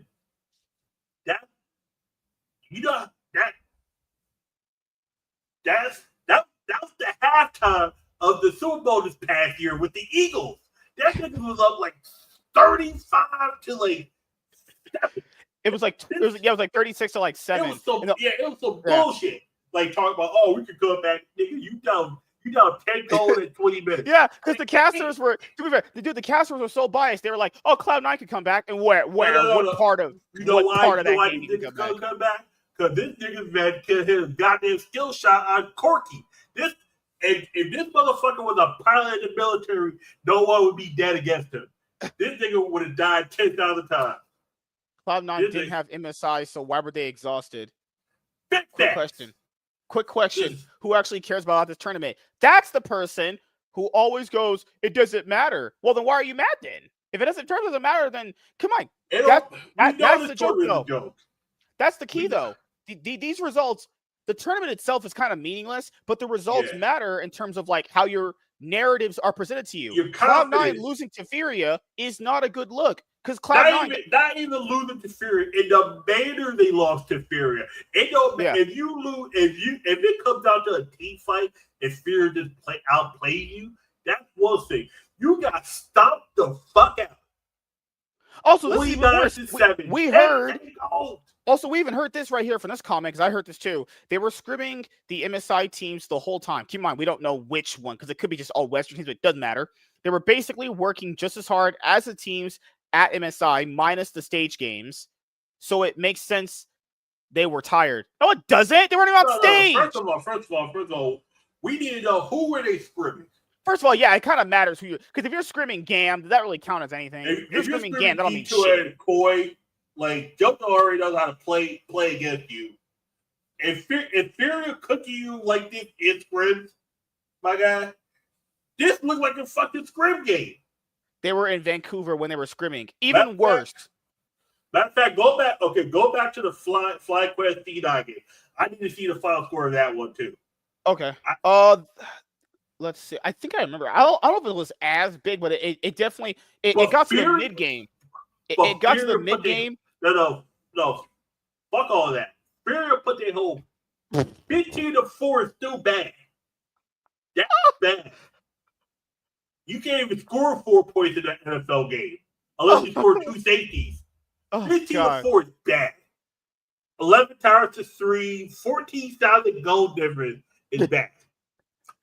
But 15-4. Look at the Azir damage difference. I just want to show you. Look at that. Sad. Total damage del. Oh my god. Loki. Bwipo did more damage than their whole team. This is not as bad. Well then, okay. You're sad that you lost the FlyQuest again. And then you just shit the bed against Furia. Yeah. And Furia's mid game is kind of horrible. We know this. Like they tend to let teams get back. If we're being honest here, the LTA is a one-team region. It's literally just FlyQuest. I know people want to say, "Oh, it's Cloud9 and FlyQuest." No, it's just FlyQuest, and Cloud9 exists in FlyQuest. And sometimes Team Liquid if they have a good juggler. Team Liquid has ass, pussy, ass. I don't think they exist in anything. They got rid of Upbeat. That's at least that's somebody went somewhere. They got rid of Upbeat. That's progress. That's progress. See, I love how we're highlighting progress here. Okay, we got it. That motherfucker said he was. Oh man, I was depressed after Worlds. They don't. I was gonna say, hey, your gameplay looks depressing. God. Your champion pool is depressing. How the fuck you only got 3 good champions? The fuck? You got a losing record on 2 of them. I can't, man. I'm just saying I can't. It's crazy. Like I'm just sad as a fan sometimes seeing that. It's literally just the worst ever, honestly. God, and then we have to read about this damn puff piece. This puff piece that Cloud9 definitely for sure paid them the right here. So really punished the Cloud9 and Furia hit it at tough schedule conditions. But one of y'all showed the fuck up. This would make more sense if it was like a 7-6 game and it came down to one team fight. Yeah, if this was like one of those 50-minute, if this was one of those like 50-minute banger, back and forth, Baron Steel, Dragon Steel, almost or 50 minute, but only like 15 kills between both teams because no guy randomly had like a Nexus race, or if it was a banger game like that, this was a 34-minute ass whooping. 29 kills in 34 fucking minutes. Them niggas was killing you about like 1 minute. Like, 1 minute every like 1 minute and 7 seconds they will kill you. It's also even worse. Like that. The top laner, Bwipo did more damage than their whole team. Yeah. Bwipo did more damage than the and then Cloud9 out here just getting fisted. Just they drafted shitley, they short range, and then you just like and then what is it with Blabber and said why they got building the right build? What the fuck? You're supposed to be a tank, and them niggas is shredding you like lettuce on a goddamn taco salad. Like, what are you doing? Jack by the end of this year, no one on that team needs to be there anymore. Maybe Loki or Theranos because their contract is a little too much, but none of them niggas, Blabber especially, and then and Vulcan needs to be on that team next year. If you can buy five Koreans. There's no one who will convince me Blabber couldn't even beat Furious Jungler, and people want to say he's internationally viable. Viable at what? Taking fat L's? Blabber's last year with the year Cloud9 won the split versus BLG. That's the last time they were good. With that spring 2023?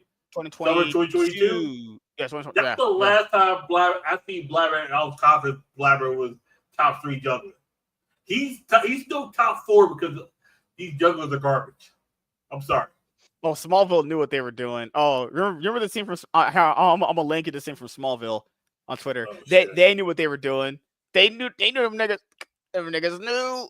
But as Chaz watches that, we're gonna go over this. So the jet lag really punished us. Cloud9 and Furia hint at tough conditions from travel and scheduling. Cloud9 flew 20 hours the day before their first game, according to their CEO. The journey left its mark. On Wednesday, during streamer Bino's live stream, Furia's jungler, Tattoo, spoke about the jet lag affecting both him and the team as they had only arrived in Riyadh 2 days before their first match at the Esports World Cup. The jungler made it clear it wasn't an excuse, noting that many teams faced the same issue. The Brazilian players were so exhausted on July 16th that they had to sleep between their 2 best of ones, lacking the time to properly adjust. I swear this makes Cloud9's loss even worse. They lost to motherfuckers that weren't even half fully awake. Are you telling me that Cloud9 got stomped by a team that was barely physically even consciously there? Other teams like Flying Oyster, FlyQuest, and Cloud9 also struggled with similar issues. On stream, Furious jungler admitted that while jet lag wasn't an excuse since many teams dealt with the same problem, the jet lag really punished us for real. Jack Etienne, Cloud9 CEO, also addressed the situation, stating the jet lag for all the LTA teams was really difficult to deal with, though he didn't use it to justify their loss. As LTA's North's second seed, C9 endured a 20-hour trip, arriving late at night, just 1 day before their first match. The next morning, they had to wake up early to film content and attend the opening ceremony. The team couldn't arrive earlier due to LTA content obligations, and according to the CEO, we were unable to leave for Saudi Arabia earlier as we had required LTA content the day before our flight.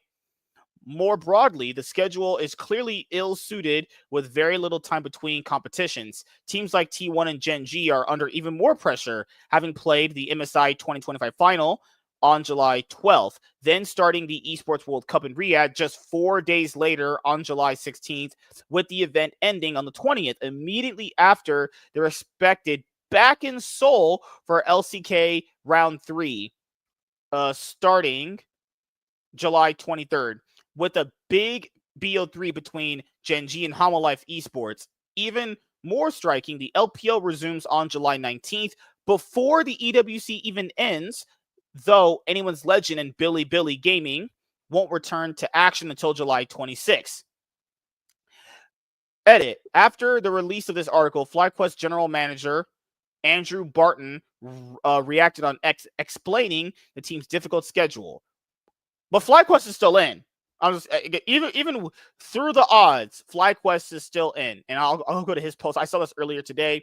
His was 20-hour flight, getting into our hotel at 1 a.m. into 9:30 a.m. to 5 p.m. content into scrims to stay awake, be at the venue by 11 a.m. and be there until like 8 p.m. Fans should really chill out on bashing LTA teams on this tournament. Just a horrid schedule for us, really. All right, that's true. Don't go then. First of all, damn, I remember this episode. I was like, oh, fuck. Remember? Yeah, that was the episode Clark was gutting it. Clark learned what being a man is like. Premature ejaculation with that. happened to be in school where I got called looking at this hot-ass teacher, and it was all of us, but it was like, the reason I got caught because I was like the one, I was like, because I know she had no panties on, and I was like, oh, God. I was staring right at and even they say that it's not an excuse. It's crazy how all of the players said it's not an excuse to play that bad.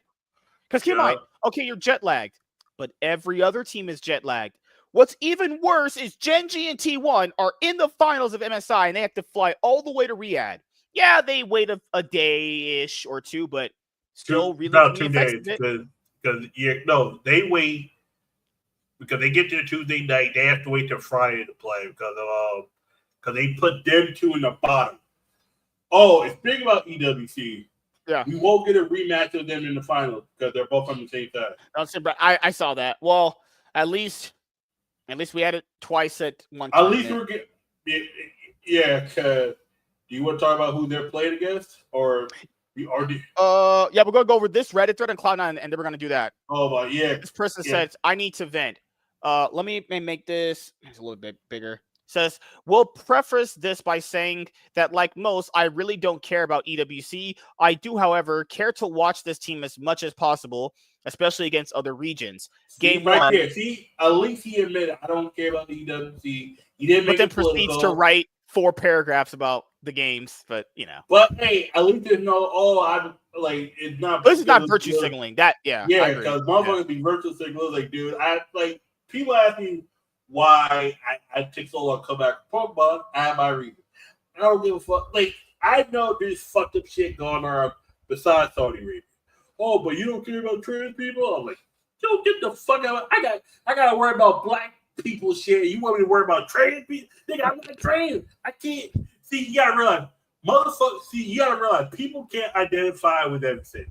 If you're not gay, I can't identify with what a gay person's discrimination. You shouldn't expect to. Yeah. I don't worry about me being black and not getting fucked up or by the police.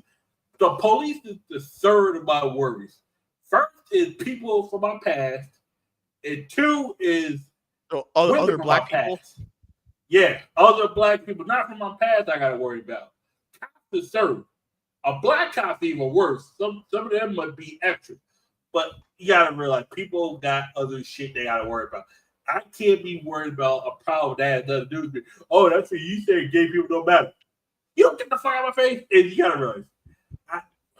Me and FK, we're not gay. That's what we don't know. FK might be, but I don't think he is.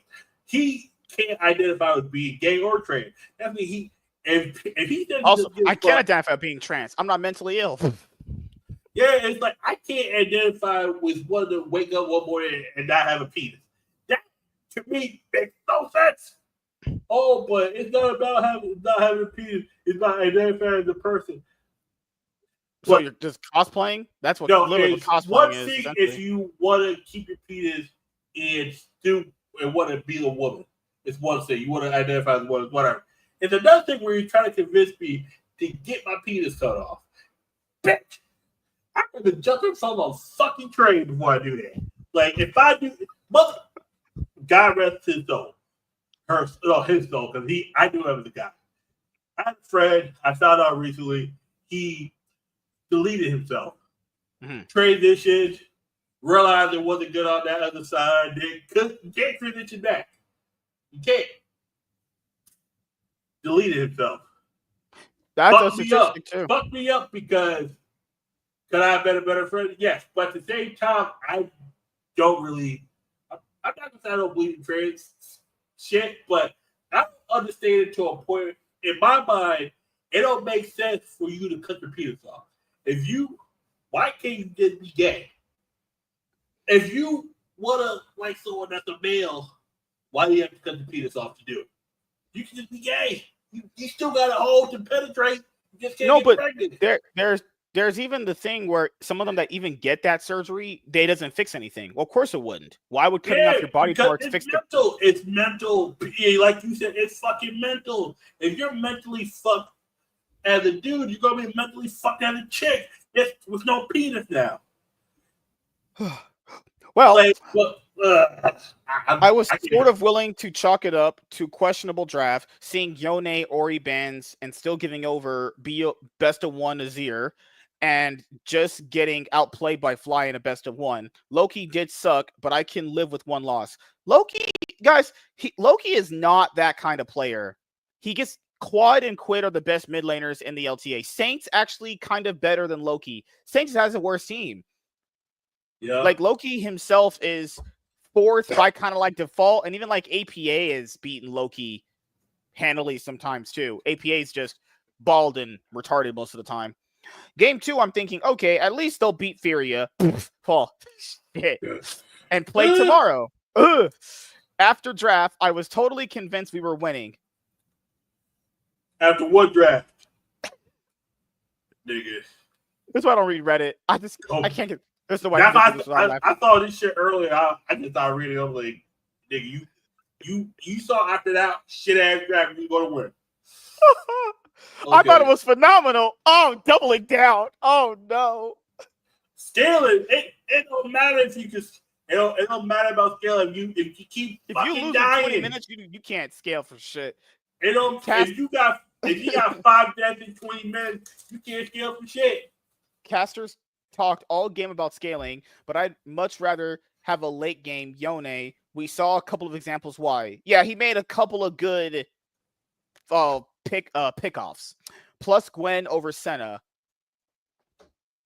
This has to be satire. This can't be real. However, and I say this as one of Loki's biggest fans. Nigga, what? Nigga, no one should be admitting this out loud. Loki's biggest fan. You talking about Loki from Marvel, right? No, this Loki. You talking about Tom Hiddleston, right? Loki on Cloud9, not Loki from the MCU. Not that. No, this Loki. What? Because this Loki is sure playing some tricks on the roster. Loki tricked them in scrims. To show them. Loki tricked his team in scrims to think he was a good mid laner. That's a good one. He sure finessed this org. Loki is a trickster for sure, right? He was as bad early game. He was as bad early in this game as he was against Fly. He's been whatever. Not only did he miss 2 key ultimates early that set the entire team back and turned winning fights into losing ones. That was actually Blabber. Loki tried his best. Loki tried to make some openings for them to come back in the game. That's why I said Loki was the best player on the team. Because playing next to Blabber, I know you got something to talk about Blabber. I do too, but he also watched as 4 Furia members walked over to Grubs and elected to push a mid-wave while we got 4v3. That sounds like a Diddy party. We got 4v3 instead. I thought they also almost... A 4v3 fast break on the dick. I thought they almost pulled the game back. There was never a moment that game was ever... People are so bronze at watching League. You getting a pick on someone does not mean you came back into the game. They would have had to make at least 5 picks, maybe in a row. They needed 5. No, they needed 2 ace picks going into an objective to get back into the game. You needed two ace picks, like where you get 5 kills to none. They needed like at least a miracle fight and some picks and a dragon steal to really get back in that game. And a Baron steal. And even that maybe wouldn't have even saved them because the macro was terrible. No, this fight he's talking about, I remember this happened first part of the game. They shouldn't have even contested that. They're contesting things that they shouldn't even be contesting. And then I thought they almost pulled the game back as they should have. Jesus, this person trans? But Zen mental boomed and the game was lost by that point. Zen wasn't physically in the building. Oh no, physically he was there. Mentally he wasn't. He was not there. Was that Sven or is that Jasper? Svenning Sven. That was Jasper. That ain't Sven. Yeah. That was Niels. Oh, his name used to be OG. His name used to be Niels. That was Niels. That was Sven. And then you play next to Vulcan. Yeah, no, your brain cooked. Overall, just a horrendous showing. I do believe this team is way better than this. No. They convinced you exactly who they are. No need to gaslight yourself into thinking otherwise. They're who we thought they were. and they did not get off the hook. They got fucked. And jet lag probably did screw them, though other teams dealt with jet lag too. But why couldn't they give us at least a second day worth of games to watch? After missing MSI in a heartbreaking fashion, Cloud9's the one that threw the series. That's why it's heartbreaking. That's why it's heartbreaking, because they had a chance.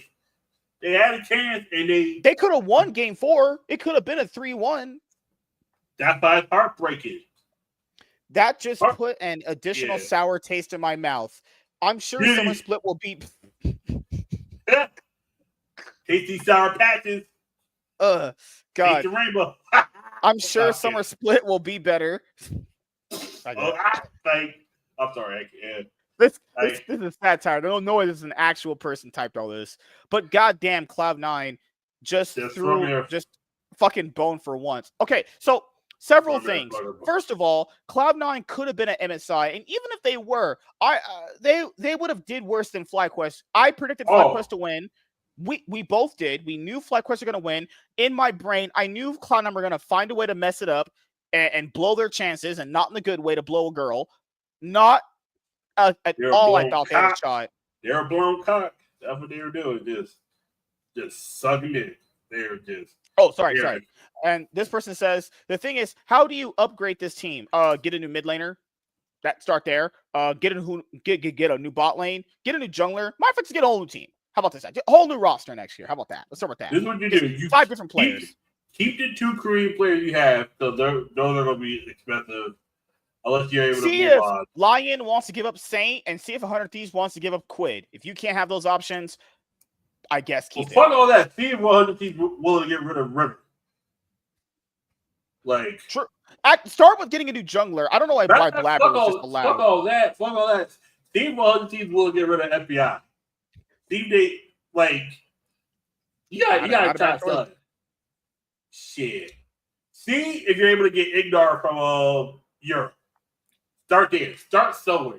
Vulcan should not be playing league anymore. Both imports are the best players, and the native ones can't be replaced with upgrades.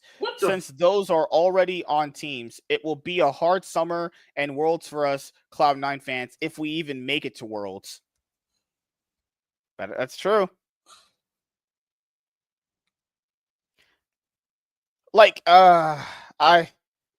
It says, what do you mean? Both imports are the best players. Honestly, Loki has been underwhelming or at times straight up bad and is very much upgradable. Yeah, I agree. Loki easily could be replaced. I don't know how he's on the team playing the way he does. He's just not impactful. He's literally not impactful. Quad. Yeah. He's getting gapped by every mid and every side. Minus Captain only mid, he looked better, and then EWC kind of made that Cap's really stepped up. Yeah, there's a reason he was considered lower tier player in LCK Challenger League. Watch his games. His laning is not. I was saying I watched. Everyone saw this. I was surprised Cloud9 even got him, and we even questioned the roster when it was built last year around Christmas time. We're like, when it was all announced, we're like, the fuck is this shit? Like when Chris Tucker was eating that spicy bullshit in Rush Hour 1. He's like, the fuck is this? Some greasy shit? Yep. Like, what is this roster? Some greasy shit? What is this? Them niggas could have had Poby instead they got Loki. Them niggas, might as well just bring back Pole Belter then by that. Hey, fuck it.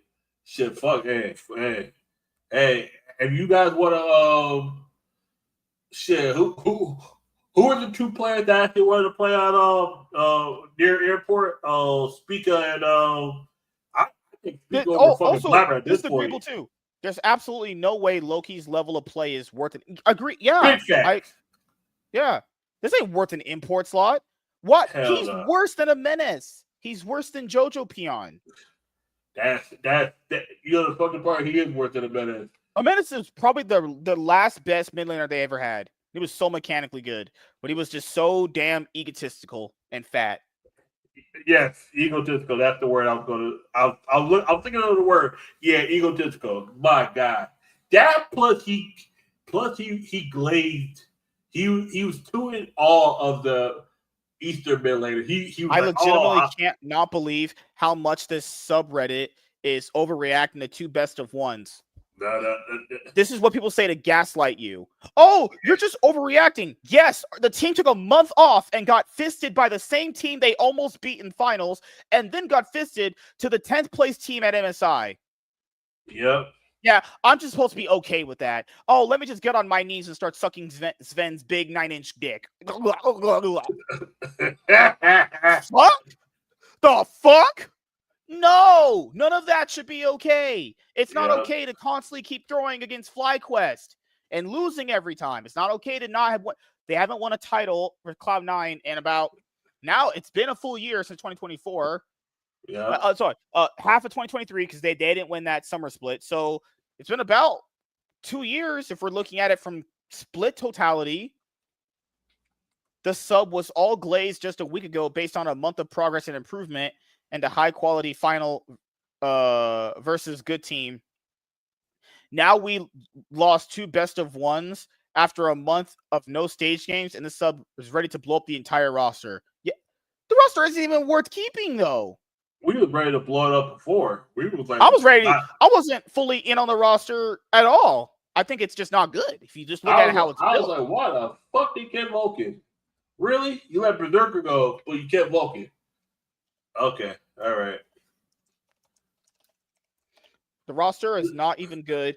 This roster was never good. Why is Blabber still here?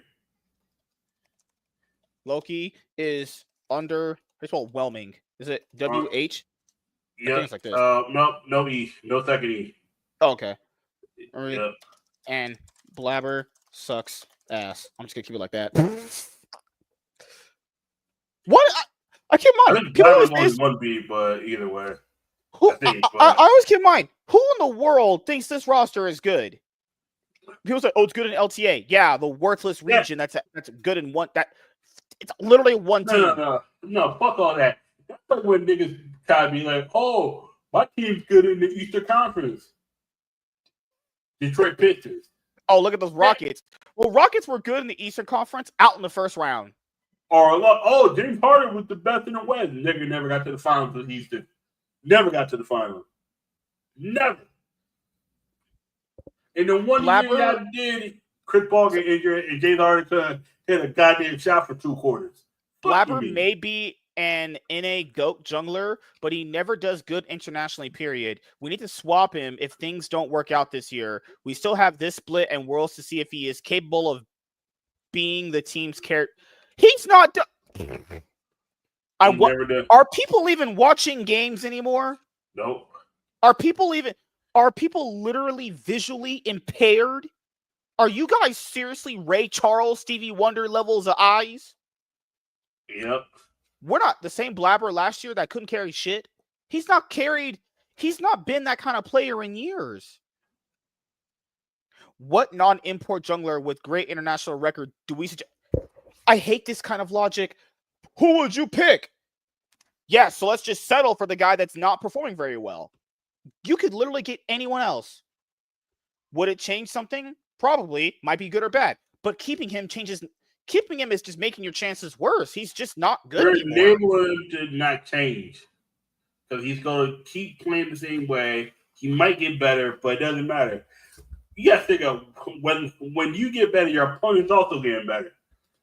Think about That's what league people never fail to understand. Just because you get better, people just automatically assume that everyone else just stays stagnant. That's just not how that works. Some people do stay stagnant, but most of the time, no. It's like that would be KT. KT stays stagnant for their entire league. It's career. Like, you getting better in 2019. You don't think that year that think about it. G2 wins MSI in 2019, gets to the World Finals that year. You don't think closest ever to a Grand Slam. The only team that's the very last match. That is T1. But T1 got 3-0 in 2017. They did take out RNG in the semis too. Yeah. It's like I feel the same. Like people keep saying, well, this team has potential, blah, blah, blah. I just don't see it. Not Blabber. Yeah. Where's the potential? I don't see it. Like if people say but they'll do well in the LTA. I don't give a fuck what happens in the LTA, if I'm being honest here. I literally couldn't care less. Cool. Do I like watching the LTA? Yeah, I like watching NA. I think it's trash, but it's fun what trash. What do you like doing well? Do you mean they win or they get second? I imagine this. Cloud9 can't even win LTA, and LTA looks that bad. LTA is awful. Go watch the games. LTA looks like dookie dog boo-boo shit. Imagine not winning this dookie dog boo-boo shit league. Hey, that's like saying you're a big fish in a small pond.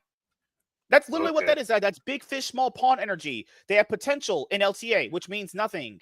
Nothing. It doesn't mean jack shit. Unless you're having directly like best Western GOAT argument or bullshit like that. We're talking international stuff here. Yeah. Been the story for over 5 years now. I do believe this team is better than they are. No, you don't. None of us do. Nope, not anymore. This guy says the org seems completely incapable of actually moving on from Blabber or anyone for that matter. The same shit that happened back when they had that sneaky balls elimination Meteos roster. Jack, I love the guy. I really do like Jack. I met him a few times. I really do like him, honestly. But no homo, obviously. But like, he has this attachment with people that he needs. Like, I understand. He gave Blabber a chance after Sven Skaren. I know there were two Svens at one point. Holy fuck. Yeah. After Sven Skaren, he gave Blabber that because Blabber was like, hey, can I get a raise? He gave him that fat raise, and Blabber proved himself worthy of that big old raise that Jack gave him. But it's been time to move on. How many years? Guys, I went to the LCS one time, and I met Blabber when he played his first ever Cloud9 game. We were there because he was... So Cloud9 had... Long story short, Reaper benched all the star players. Then Blabber came into the Challenger League. He was playing on the Challenger team. And I said, hey, this guy's pretty good. We're already 10th place. Might as well try him out. We're already 10th. It doesn't mean anything. Try him out. And he played very well. They got to finals. I went to his first LCS game. He is not the same player he used to be. He's not even close to carrying games the same way. I don't even know why people even want us on the team. He's not been good for a long time. What are we watching that other people can't see? Maybe I'm visually impaired. Maybe I am just losing my damn mind.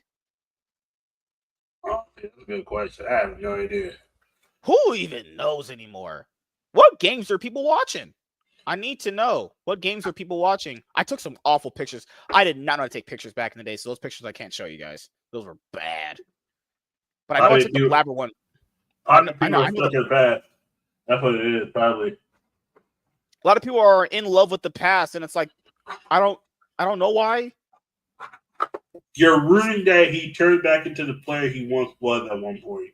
Sometimes I realize the player turn back. This was 100 Thieves' manager at one point. Oh my gosh, she was so pretty. Oh, damn, she was so. Nigga, get your shit braided like that, man.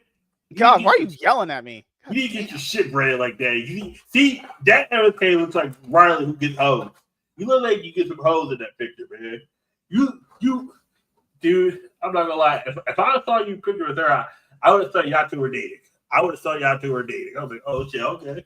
If she got herself an Asian girl, all right, cool. Yeah, I wish. I wish. Yeah. I wish I was good. I would have been like, oh nigga. These pictures are, I mean, I wish I took better pictures back in the day. These pictures were great, but give me 1 second here. I'm only gonna show you guys this. I would have been like, oh shit, this nigga out here.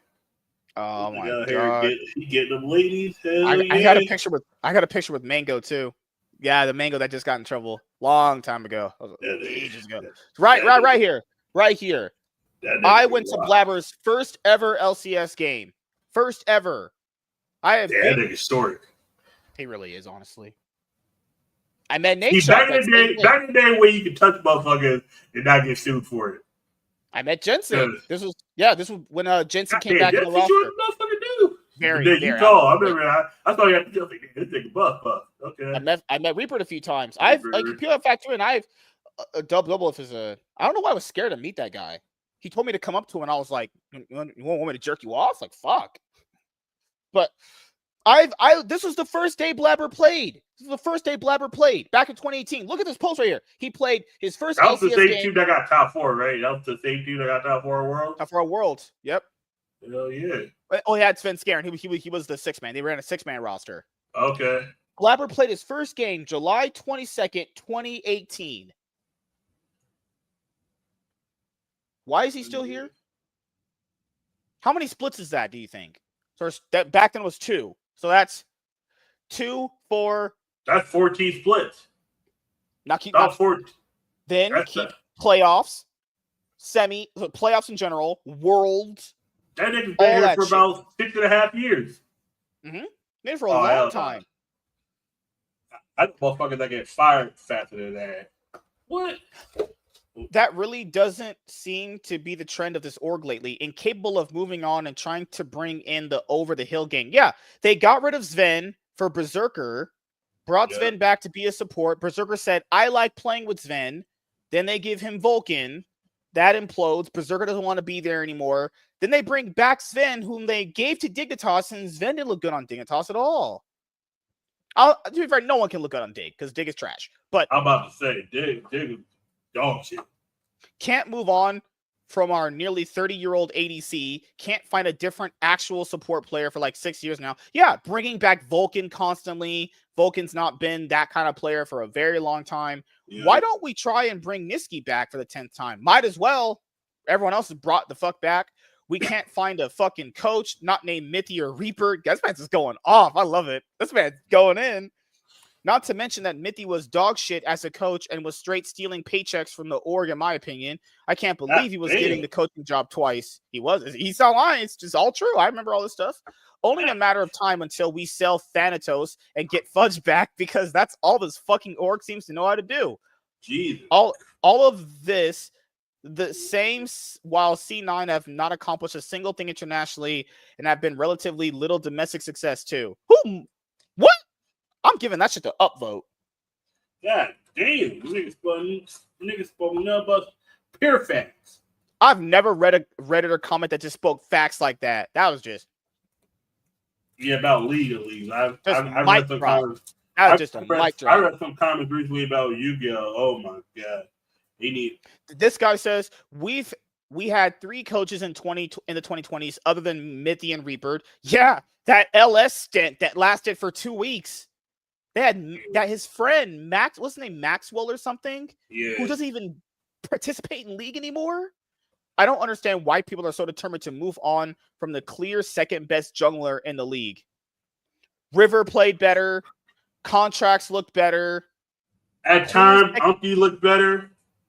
Umpty. I know your ass lying about that. I know your ass lying about that. At that time. Oh, shit. Head to head, Umpty looked better at times. Yeah, he did. Umpty's won the series that mattered to move forward and win. What else happened? Umpty could have got thrown off a break in GTA. Inspired, River, easily. And contracts are better. Clear-cut second is debatable. Shit. Oh my god, the shit contract was doing to this motherfucker. My god. Absolutely ridiculous. This guy replies, because he isn't and hasn't been for years. You guys are deluded from fandom. Also, you're going to include LS and Max Waldo into your list of coaches who both lasted in the role for about the same length as a cup of coffee. Pretty disingenuous argument on your part. I agree with everything this guy, I need to follow this guy's fucking dynamite. Going off. Yeah. Are you counting LS? The best thing that ever happened to our team and was let go after a few weeks, or Max Waldo, whom Mithy basically took over from and didn't change anything. Stale draft after stale draft, no vision. Reaper doesn't even pull out tricks like he used to. Org has been very stagnant as a whole for years, and that's what's frustrating. We have the best owner in esports, and with that comes expectations that we win a lot. Yeah, people are just blind. Nothing that guy said was wrong. People are literally fucking blind. If you think Blabber is still a really good jungler, I need to tell you that I'm having sex with women then. You might as well just believe that. You must believe I'm getting my dick sucked literally right now if you believe that shit. Can people stop having a fucking meltdown every time the team loses a game? Oh my god. Sorry, I'm passionate. Sorry. So, how about this, guys? It's okay we just lose to a motherfucker who has the most fucked up haircut ever in League of Legends history. It's okay, guys. It's okay. And not even just lose. Them niggas got folded. They got fucking folded. Like, they got bent over. But it's okay. It's okay because this team has potential. It's okay. It's okay to just keep losing. This is why I said when people were making arguments that were like, well, they did kind of lose the split, but at least they're going to a tournament. So which, like, Fnatic has normalized losing for years at this point. Actually, their org is just synonymous with L's at this point. I'm probably next split going to call them L-Natic, honestly. Yeah, hey, shit. That's them niggas threw away two splits. Two splits. No, knowing Humanoid wasn't shit. Just saying, putting it out there. Gave this nigga a contract extension, and then this nigga ended up throwing away a summer final and a season final. Just throw it away. And then motherfuckers just glazing. Just cock and mouth. Just the amount of cock some of these people were eating. They were just cocky. It just, oh my God. It's like, golly. Yeah. And that's what the Cloud9 roster feels like. Why is Vulcan still here after what he did last year with Berserker? I've seen supports kicked for way less than that. Exactly. That Thanatos, you could argue he is worth his import slot. If you can make the argument, you probably can. Yeah. It's fine.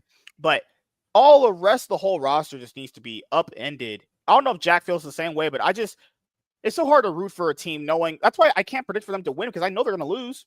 Until I see it physically happen in front of my eyes anymore, I'm not believing. Like G2 has to convince me they're going to win again, honestly. Yeah. G2 today convinced me they can beat BLG. This is when BLG is really, really, really, really weak and not really as strong as they used to be. So, who knows, right? But at least they did it. I love how NA teams are like, oh, man, we beat EU. It's fucking great. Glad we can beat EU. And then guess what? And then it came back and beat you. Oh, but it's only best in one. I love how the gaslighting turns. Remember, I love how the gaslighting turns, but it's only best in one. But last time I remember, you 3-0'd them. Yeah, you 3-0'd them, FlyQuest. They didn't win a single game against you. But you're telling me the best of one they can beat you, but the best of three they can. You beat them in the best of one 3 times. I'm just saying. You beat them 3 times to 0. You couldn't tell me you could have beat them in one game. You already did it. You already did it 3 times straight. Like, also, the game that they lost, they got pretty hard stomped there. That wasn't really like a close game really at all, honestly. The FlyQuest G2 game, that wasn't really close at all. Oh, they got fucked. Oh, they got fucked. Oh, no, it was bad. It was bad. But then all the motherfucking FlyQuest fans like, oh, but it was only one game. No, fuck all that. You 3-0'd them niggas. Not even a week ago. About a week ago, you 3-0'd these motherfuckers. Because, like, I love how NA's only real way of shit talking is beating a region that's about as good or worse as you. What? How in the world is that even an accomplishment? This is why I say NA's not better than EU. Until y'all niggas can win in I always just say it's clown versus clown. Exactly. NA is the clown from It, and Europe is Mask, the Jim Carrey movie. No, I would say EU the clown from It, and NA is Krusty the Clown. Because you can't take them niggas seriously. You can't. And this is why I said, I would say Mask with Jim Carrey. I would say that, but I forgot that movie's actually good. I actually enjoyed that movie. I would say them niggas is Krusty the fucking Clown. Because you can't take that nigga seriously. You can't. Like, tell me the last time NA did something that you're like, what was the last time NA actually... NA hasn't beaten an Asian team in a best of series in how long? No, they didn't beat BLG. FlyQuest didn't beat BLG. They didn't beat anyone's legend. Like, I will give Europe credit. This at least Europe can actually beat the Eastern teams, kind of, maybe in series. Yeah, and it's just crazy because you look at fucking who is it? look at FlyQuest. FlyQuest would be great. FlyQuest could have beat Genji. Could have. I'm not saying they would have. And then lose. Shit draft. They could have beat BLG. Shit draft. Why is it when it comes to Game 5, you just decide to take your brain out and forget how to draft? Oh, because you're mentioning MSI. I know we're supposed to go over EWC a little bit more. I didn't show you guys this Game 5 draft that FlyQuest did against BLG. This shit hurts my brain and soul. Yeah. Because James was arguing the fact that Zillion is a counter to Galio. I'm like, this is what I'm trying to tell James. It doesn't that counter stuff is only going to work against bad players. These guys know how to play around this kind of stuff. This is not like a hidden secret. Like people thought every time Bjergsen pulled out Zillion, do you guys want to know why it never worked against Eastern players? Because they know how to play around it. There's a reason why no one picked Zillion. That advantage stuff only works against bad players. Only works against bad players. That's not going to work against people like that. Also, those kind of advantages are so incremental. They don't mean anything. It's like when a Yu-Gi-Oh player says, oh, my deck is better early, but then is worse than yours later. If you don't actually know how to use that advantage, it doesn't mean anything, honestly. You have basically what you're saying is, if I can stop you early game, you're fucked. That's what you're saying. All right, cool. Yeah. Oh, it's like, if I don't get interrupted, I beat you. Ass drone, you set one pad, and then I just stick my cock in. That's what happened. All right, cool, GG. It's like when the motherfuckers like, it's like I beat someone playing a master. I finally picked the series attack, right? Play mode charming. I activated 2 mode charming, drew 4 cards, and then nibbed the motherfucker because I drew nibbed off the thing. He instantly scooped. He was like, "This is where I know FlyQuest was screwed." Because before the highlights show this. Okay, so before anything happens, the bot lane already were getting fucked. Look at the CS score of this. They were already hard losing bot lane. 18-2. So early on, Elkin outlaned, outwaved, and destroyed the bot lane. So the only way this game works for FlyQuest is if Lucian gets ahead in bot lane, and then Zillion speeds him up, and Zillion speeds up Lee Sin, and they just hard engage. I've seen this kind of comp before in solo queue. It works only if cards play out right for you. If this comp ever falls behind, it is worthless. So, yes, Galio is a little countered by Zillion. But keep in mind, Galio's impact is roaming around the map. And keep in mind, the champion that was picked as a counter to Galio got first blooded. And then Inspired gave him the thumbs up. Trolling. Worst draft I've ever. This was the most criminal draft at MSI. How do you lose on a counter pick like that? Man got up under the tower, booty blasted him, fisted him, and then walked out.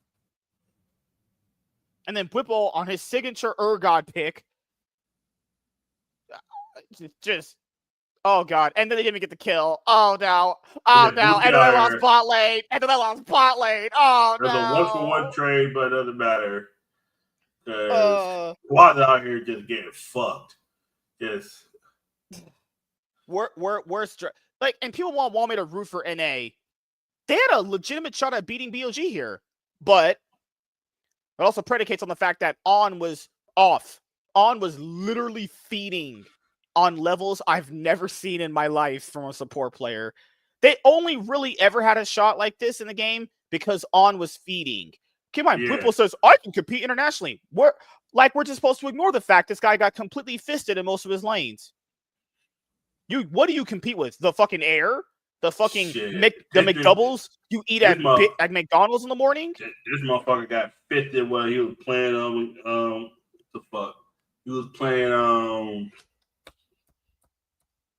against Broken Blade today. No, not today. Was it today? Yeah, today. Oh, today. Yeah, because you want to go over some. Okay, so no, yesterday. He got 50 against Broken Blade. The fuck? You can't convince me you're good. You out here Broken Blade put his cock in you now? What the? We're out here just Nemesis, but Nemesis said Whipple can compete internationally. God, man, wasn't Nemesis and Whipple on the same team? I don't know, a little bit of bias. People always shit on people for being biased. A little bias there, right? People, Nemesis calling his former top laner a good player. Yep. What the hell? Exactly. All right, so here's how this tournament played out so far. So we have to catch up ourselves till tomorrow. So FlyQuest ate Cloud9's ass. So Cloud9 got their ass ate in both games. We already spent too much time on them. Cloud9 got fist out of the tournament. G2 beats FlyQuest. G2 beat Furia. And then FlyQuest beat Furia. So they qualified. So basically, FlyQuest and G2 qualified to be in the next round. Group A, it was G2 who won easily. It's just beat FlyQuest. They beat the Breakout Fury. It's like, oh, but G2 faced 2 LTA Western teams. Doesn't matter. They fisted them both. And C9 lost to 2 LTA teams. And yep. Group B, CFO lost to Hanwha Life. Hanwha Life ended up qualifying through MCOY. There was one of these games. The GAM MCOY won. GAM, they could have. Oh, they threw. They thought at winning that. They just they threw that shit. They saw the win. They saw the W. They literally took that fucking ball, threw that shit in the trash. They saw the W at the end of the they were driving, racing, driver. I think that's CFO, but they saw that shit, crashed right into the wall, and then they did the same shit against CFO. They saw the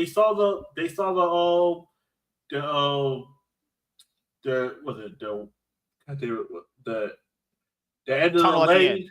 Yeah, tunnel at the end. Yeah. Crack that shit right in the tunnel off the Princess Diana shit. Yes. Oh, yep. The CFO series that one of them there was a game CFO played. Oh yeah, CFO played against MCOY. Started off hot and just lost all steam.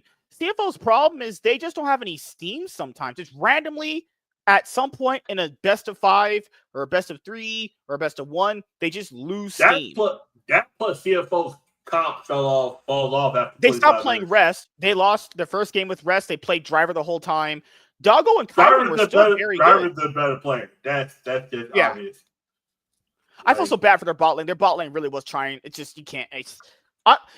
It has to be mental at this point. It has to be mental. The player skill is there. I don't know why they. It's that plus experience. They don't have enough experience. None of those players are like over 22. Like they're all young as shit. And then now we're basically at the knockout stage. Genji plays Fly. Matter of fact, I was wrong. Genji and T1 are on the opposite side. That's what it was. I thought because they played on the same side, they're on the same bracket. No, it was the opposite. What if G2 upset Genji and G2 win? If G2 makes the finals, god damn. If G2 upset Genji, I wouldn't be surprised, but I would also be surprised. Yeah, because Genji fucked off around at this tournament last year. They didn't look like they gave a fuck about being here. So someone says, "What if Corey upset T1?" I'm like, in what fucking world? If that happened, 2 things apply. 1, I'm gonna have a field day with that with T1. Woo! You want to hear me about that? Oh yeah. Second of all, if T1 lose to Koi tomorrow, I'm about to be faker your ass. I'm about to open your ass, nigga. What if the finals is M Koi versus G2? And what if the third place match ends up being T1 versus Genji? I will throw up. I'll be disgusted. If the finals is legitimately Genji and T1, you might as well just it's just everything all over again. And what if T1 win this? That means the LCKs just won every event, just fucking cuz they won every event. If Genji and T1 get to the finals, it doesn't fucking matter because it's like, it's just Korea. This name League of Legends to League of Korea. That's League of Korea. That's all it is. It should just combine the LCK. Just everything is the LCK. Like it should be LCK versus the world. Because at this point, I will be honest. I don't see Hanwha Life losing to an LTA team. We're gonna get Hanwha's ass. Oh my god. So, I'm about to get out of the ass too, because we have BLG versus G2. No one beats GLT. BLT. No one beats G2 5 times in a row. So apparently, because G2's lost to BLG guys in 4 straight best of series, they're like, the fifth one will actually win it. This one they also did at Jun, and it was very, very weak BLG. Doesn't matter. They did end up pulling it through. Caps popped off. Broken Blade. They all had a great series. All of them played very, very good. BLG looked sick. They niggas disgusted. Main ass rice eating orange chicken makers. I feel bad for they ruined my perfect pick'ems. If I did pick for them, I'd have predicted the whole tournament. I should have just picked anyone's legend, but I didn't think anyone's legend. I didn't think anyone's legend. But see, my pick'em got fucked because of the finals. To be fair, we were close to losing the pick'ems when T1 almost beat Gen G in that upper bracket when we were like, woof. I was like, someone said you're a T1 fan, but you're rooting for Gen G. See, my psychology was I knew Gen G was going to win the upper bracket final. I needed T1 to do the opposite and win the final. See, the thing is what fucked me up in the beginning, what actually fucked up the whole thing, was anyone letting BLG because that fucked up the next one because it didn't matter because the thing is that I generally thought BLG had the chance to bounce back at the tournament. To me, BLG looks like they have a better team, but my God, I was wrong. Them niggas. No, I'm out. BLG ruined my perfect pick'ems. I'm never picking for them ever again. Yeah. After this shit, I'm not picking for BLG anymore. I still look at this, guys. Look at this. I predicted the whole tournament. Yep, same here. Just this one. The issue is, I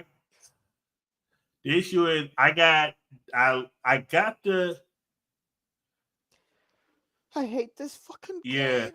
Why did I ever have faith in them? I was like, you know what? Maybe they'll bounce back because that's what I was thinking too. Roster. That's what I was thinking too. But I knew I was fucked once I saw BLG struggle to get fly. I was like, oh yeah. My pick'ems were crying in that moment.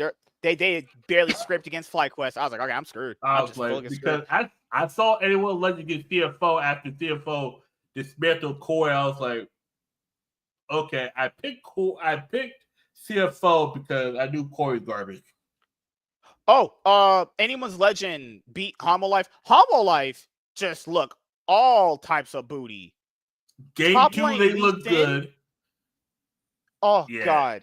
Nah, I don't know what the fuck. Game 1 and 3, they look drunk. They look like just high on booty crackers. They were high on like ass crack or something. I don't know. Drunk ain't the word. Then I never like Zeka had really stepped up, and I was sitting here thinking like he might be one of the best midlevels in the world. Nope, just went back to just being good old Zeka, a straight up liability. Delight and Rehad so hungry he might even just buy a KFC because he's that rich. God damn. You got that Vipers right. And then Viper sent us to this fat fucking ADC, getting no peel, no protection. Just this team just doesn't. This is why I said they would struggle. And and I know James was like, they have the 5 best players. Doesn't matter. That's not how League is played. And that was never how League worked anyway. Having the 5 best players in the server never worked for League. Super teams never worked for League ever. And the only one that really ever worked was that G2 super team. For being completely honest here, super teams don't work in League. Them getting Zeus essentially throws off their team dynamic in a weird way. Yeah. Because yes, if it all comes together, like if the stars all align, this team is very good. And it only worked for the winter split when they got to first stand against 5 teams. Because it was basically just first stand featuring Hanwha Life because no other teams mattered, if we're being honest. Yeah. It was like, also, KC took a game off them. KC wasn't beating them. Even the game that KC won, Hanwha Life could have won that if they actually gave a fuck about winning. Like, come on, son. Hanwha Life was trying to throw against Team Liquid, and Team Liquid didn't know what the fuck to do. It was like, they wanted to win? It's like that in the movie Waterboy when Chelsea, the lady from 2.5 Men, was pulling down her shirt against Adam Sandler, and he didn't know what to do. That's what Hanwha Life is. Hanwha Life is Adam Sandler. Hanwha Life literally, like, if it all comes in your face and you have no idea what the fuck to do, it's like, oh yeah, you're fucked. Like, you're fucked. I understand if this roster plays and if all the players in the roster are playing at least an 8 out of 10, not even 10 out of 10, if all the players are at least playing a straight out of 10, this is a very scary team if it all comes together. but this might be one of those situations where, yeah, they have a massive upgrade over Doran. But, like, I don't know if this is, like... They have a massive upgrade team, like, player-wise, but team-wise, they're worse. Because you got to realize with Doran. Doran fits the team because he's glue. You put him wherever you need him at. That's the same thing with T1. They really, hey, Doran, weak side. Okay. Doran, we need you to be tape. Okay. Doran, we're going to need you to be the third ADC. Okay. That's Doran. Because he idolizes Faker. I think they got to the point where he still idolizes Faker, but I think he demands too many resources, and this is the team that it just isn't going to give him any. There's too many people that demand resources. Yeah. Kuba, Carrier, sometimes Faker. Older can get his own. Davis. This team, this T1 team, Kuba, Carrier can get his own resources now. Kuba needs all the fucking resources. That's mean if Davis was on the team, I don't think T1 gets past Hollow Life. If they had kept the same roster, you're saying, right? I think Hollow Life beats T1 if they kept the same roster. Because I think Guba would have had the same issues. They would have figured it out eventually. They would have missed MSI, got the EWC, and probably would have beat anyone's legend. They probably been in the same spot Hollow Life is. The way it is they requires resources that needs to go to Guba. Because Guba's confidence is shit right now. Or it's better now. It's better now. After MSI lost, it went down a little bit, but it's one of those things where you went 5 games against Gen G. You were the only team that could probably beat Gen G. No other team, anyone's legend was the only other team that we could possibly believe could beat Gen G, right? There's no other team that could beat Gen G, in my opinion, that came out of MSI. People say FlyQuest, FlyQuest took him 5 games last year. Them niggas had the light on their fucking team. Shut the fuck up. I'm sorry. Them niggas had the light and Pays. No. Oh, no, they had the hands last year. Delight was 2023. Oh, right? Yeah, they had Lehem last year. Lehem was legitimately feeding the game. It was Pay the Lehem. You mean no hands? That's what it looked like he was playing with, no hands. Look, he was playing blind in the games. Well, okay. Who was the JG team last year? It was Chi, Cannon, Chovy. This is the same top side as just Pays and Lehens. That's it. Okay, Pay the Lehens. They had Lehem last year. Oh, but and the FlyQuest dick eaters, that I'm not even calling them fan dick eaters. But we took them to 5 games. What is this? The almost Olympics? I don't know anybody that does. Hey, we almost took BLG to 5 games. What is this? Almost? Does that count as a win? We almost beat Gen G. I almost fucked the Porn Star. I seriously did. I can tell you. I can show you who it was after. It was back in 20. This chick was the too fat guy. She's the too fat guy. It was 20. It was a. Yeah, she's married now. I didn't realize that was her till later on. Oh my goodness! I think I could have fucked 2 porn stars, but the point is this. Almost ate it. You almost beat a team, and then they got stronger. And then didn't Gen G face FlyQuest this year? Also, here's the thing: didn't C9 take FlyQuest to 5 games? Yeah. Twice?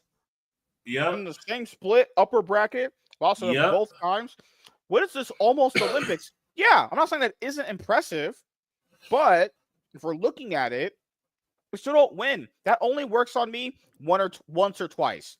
If you're not actually winning, even that ends up not mattering because you're still not winning.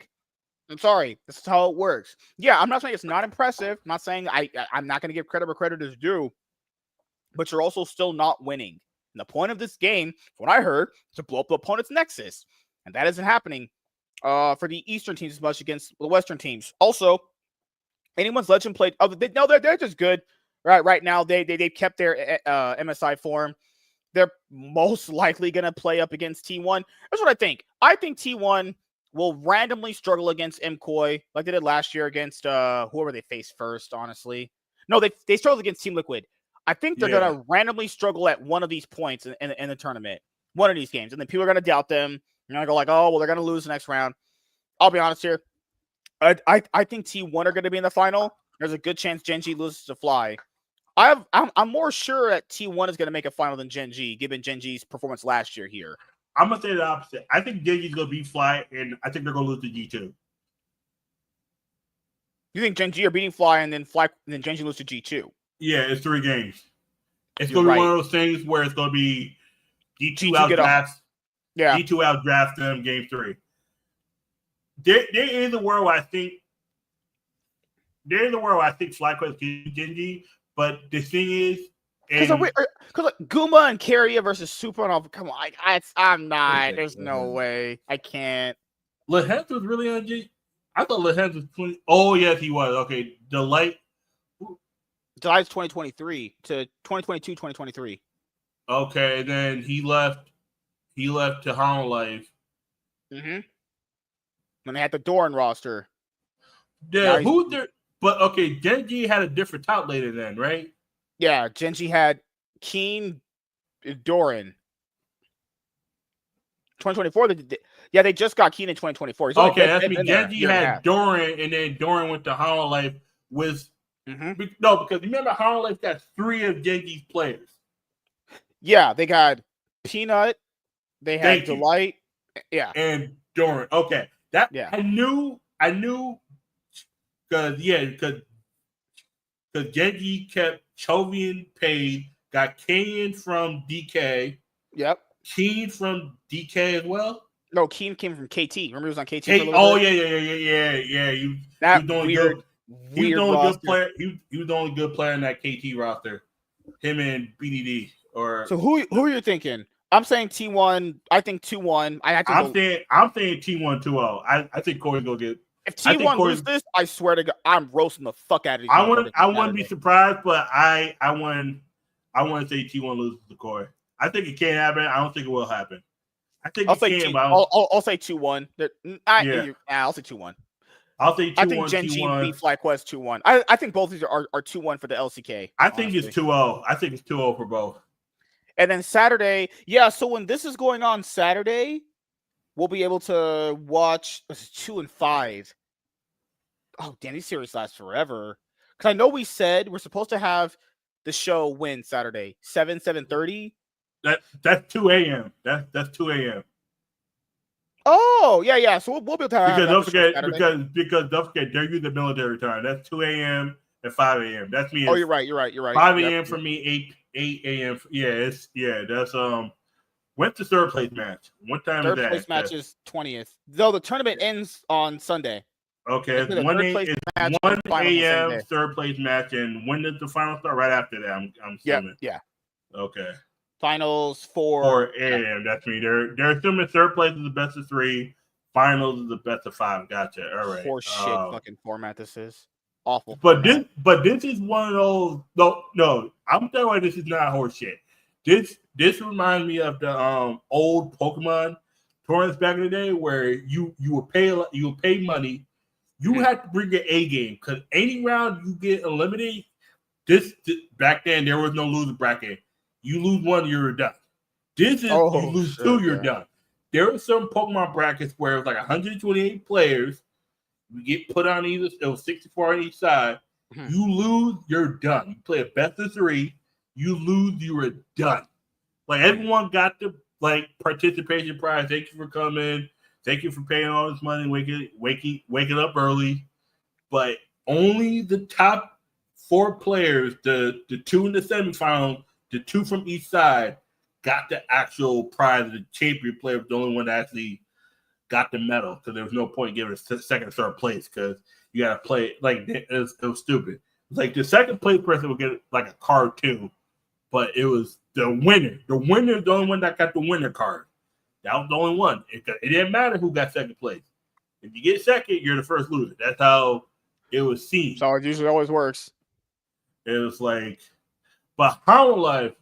But this year, the only thing they added to this format this year for EWC is they added a third place match. That's still a bet. I just don't get why these things just can't be best of fives. But then I've realized they take so long with these games. If you actually watch the games live, these are what in the world? That's what I'm saying. That fight when motherfuckers was complaining, oh, best of one. No. If all these games best of three, it would take 2 fucking weeks. We would be here for all day. Because you only play 2 best.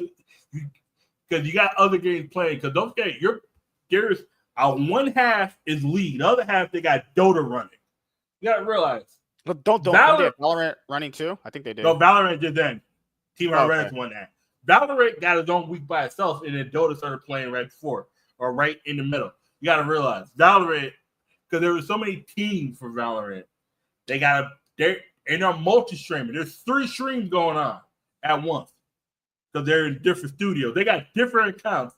EWC 1, EWC 2, EWC 3, EWC Spanish, EWC Japanese. None of them motherfuckers. Them motherfuckers, like how you be saying, them motherfuckers was rapid. Yeah. Damn niggas. Them Japanese motherfuckers, them motherfuckers hype. They're like, when I was trying to watch the highlights for the games, man, those fucking MKOI fans just not playing trumpets. Oh, them MKOI fans is fucking weird. Them niggas is something else. Good Lord. Them niggas is something else. I dated one of your women, so I know how you guys are. I'm good. So we're going to wrap it up here. We should have the show Saturday. We should. If not Sunday. If not Sunday. Just depends on how Sunday goes for me. If I'm too dead from work, no. So we'll most likely have it Saturday. It's scheduled for Saturday. It's scheduled for Saturday.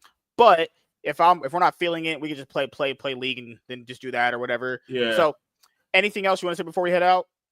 Nah, this week of league been crazy, man. It's been exhausting. Holy shit. There's so much to talk about because people were just all that virtue signaling bullshit they were doing. People out here just being, oh God, Saudi Arabia. All right, then fucking hell. Don't drink Pepsi then. Don't drink products. Don't watch Crunchyroll. No more, don't watch anime. Don't watch Crunchyroll. You tell them that, you just took their soul. Don't use Logitech. Don't use lotion. You can't jerk off. The underwear. Lotion. The underwear you guys wear that's crusty as fuck. Your socks. Burn them. Take them off. Unilever is lotion. That's me. You can't use normal lotion. That's me. How you go to jerk off? Like, think about it. I think you have your hand. Think about it. Vaseline is Unilever. You can't use Vaseline anymore. How you gonna make yourself nut?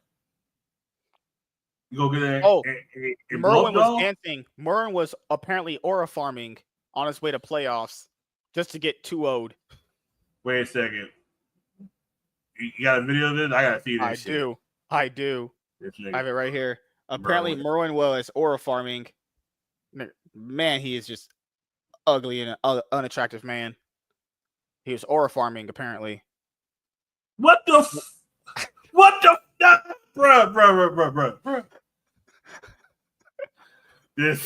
What the I can't see. This is why my old teammates used to hate me. I used to roast niggas like, nigga, what are you doing, my nigga? My nigga. Nah, bro. You can't be doing That's even worse than what Hanwha was doing. Hanwha was but Hanwha was like a 17-year-old kid just being goofy. This nigga's you a 20-year-old with a receding hairline, my nigga. You nah, bro. Wait a second. How old is Merwin again? Isn't like 25? Oh, okay, that makes more sense. I think he's like 25. I could be wrong. Let me look at it right now. Because that motherfucker, his hair is more gone than my goddamn dad. Like goddamn. His hair is more gone than C9 and EWC. Them niggas never had a chance. Just goddamn. Gone. Just like I love how you just look up Merwin's profile. It just says top. Top of what? He's 22. He's 22 with no hair like that. God damn, he's fucked. He's fried. Yeah, he's fried. This motherfucker ain't got a Twitter account. 49,000 followers. Holy. Who? Merwin? Yep. Yeah. Who the what? Merwin. I'll show you right now. Because they link all the social medias on Leaguepedia. I'll show you right now. This nigga got 49,000. 49? What? Of course that's his profile pic. This nigga. He talking about eating that trophy. That motherfucker was aura farming. What did he aura farm? Can he? I wonder how many make doubles that motherfucker can eat. Who do you think's fatter, him or Whippo?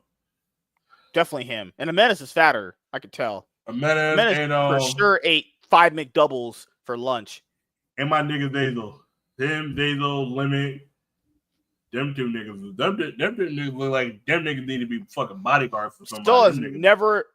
They're still not worse than that worst top laner I've ever seen in the LPL. Remember that guy Wayward? Oh, yo. Oh my god.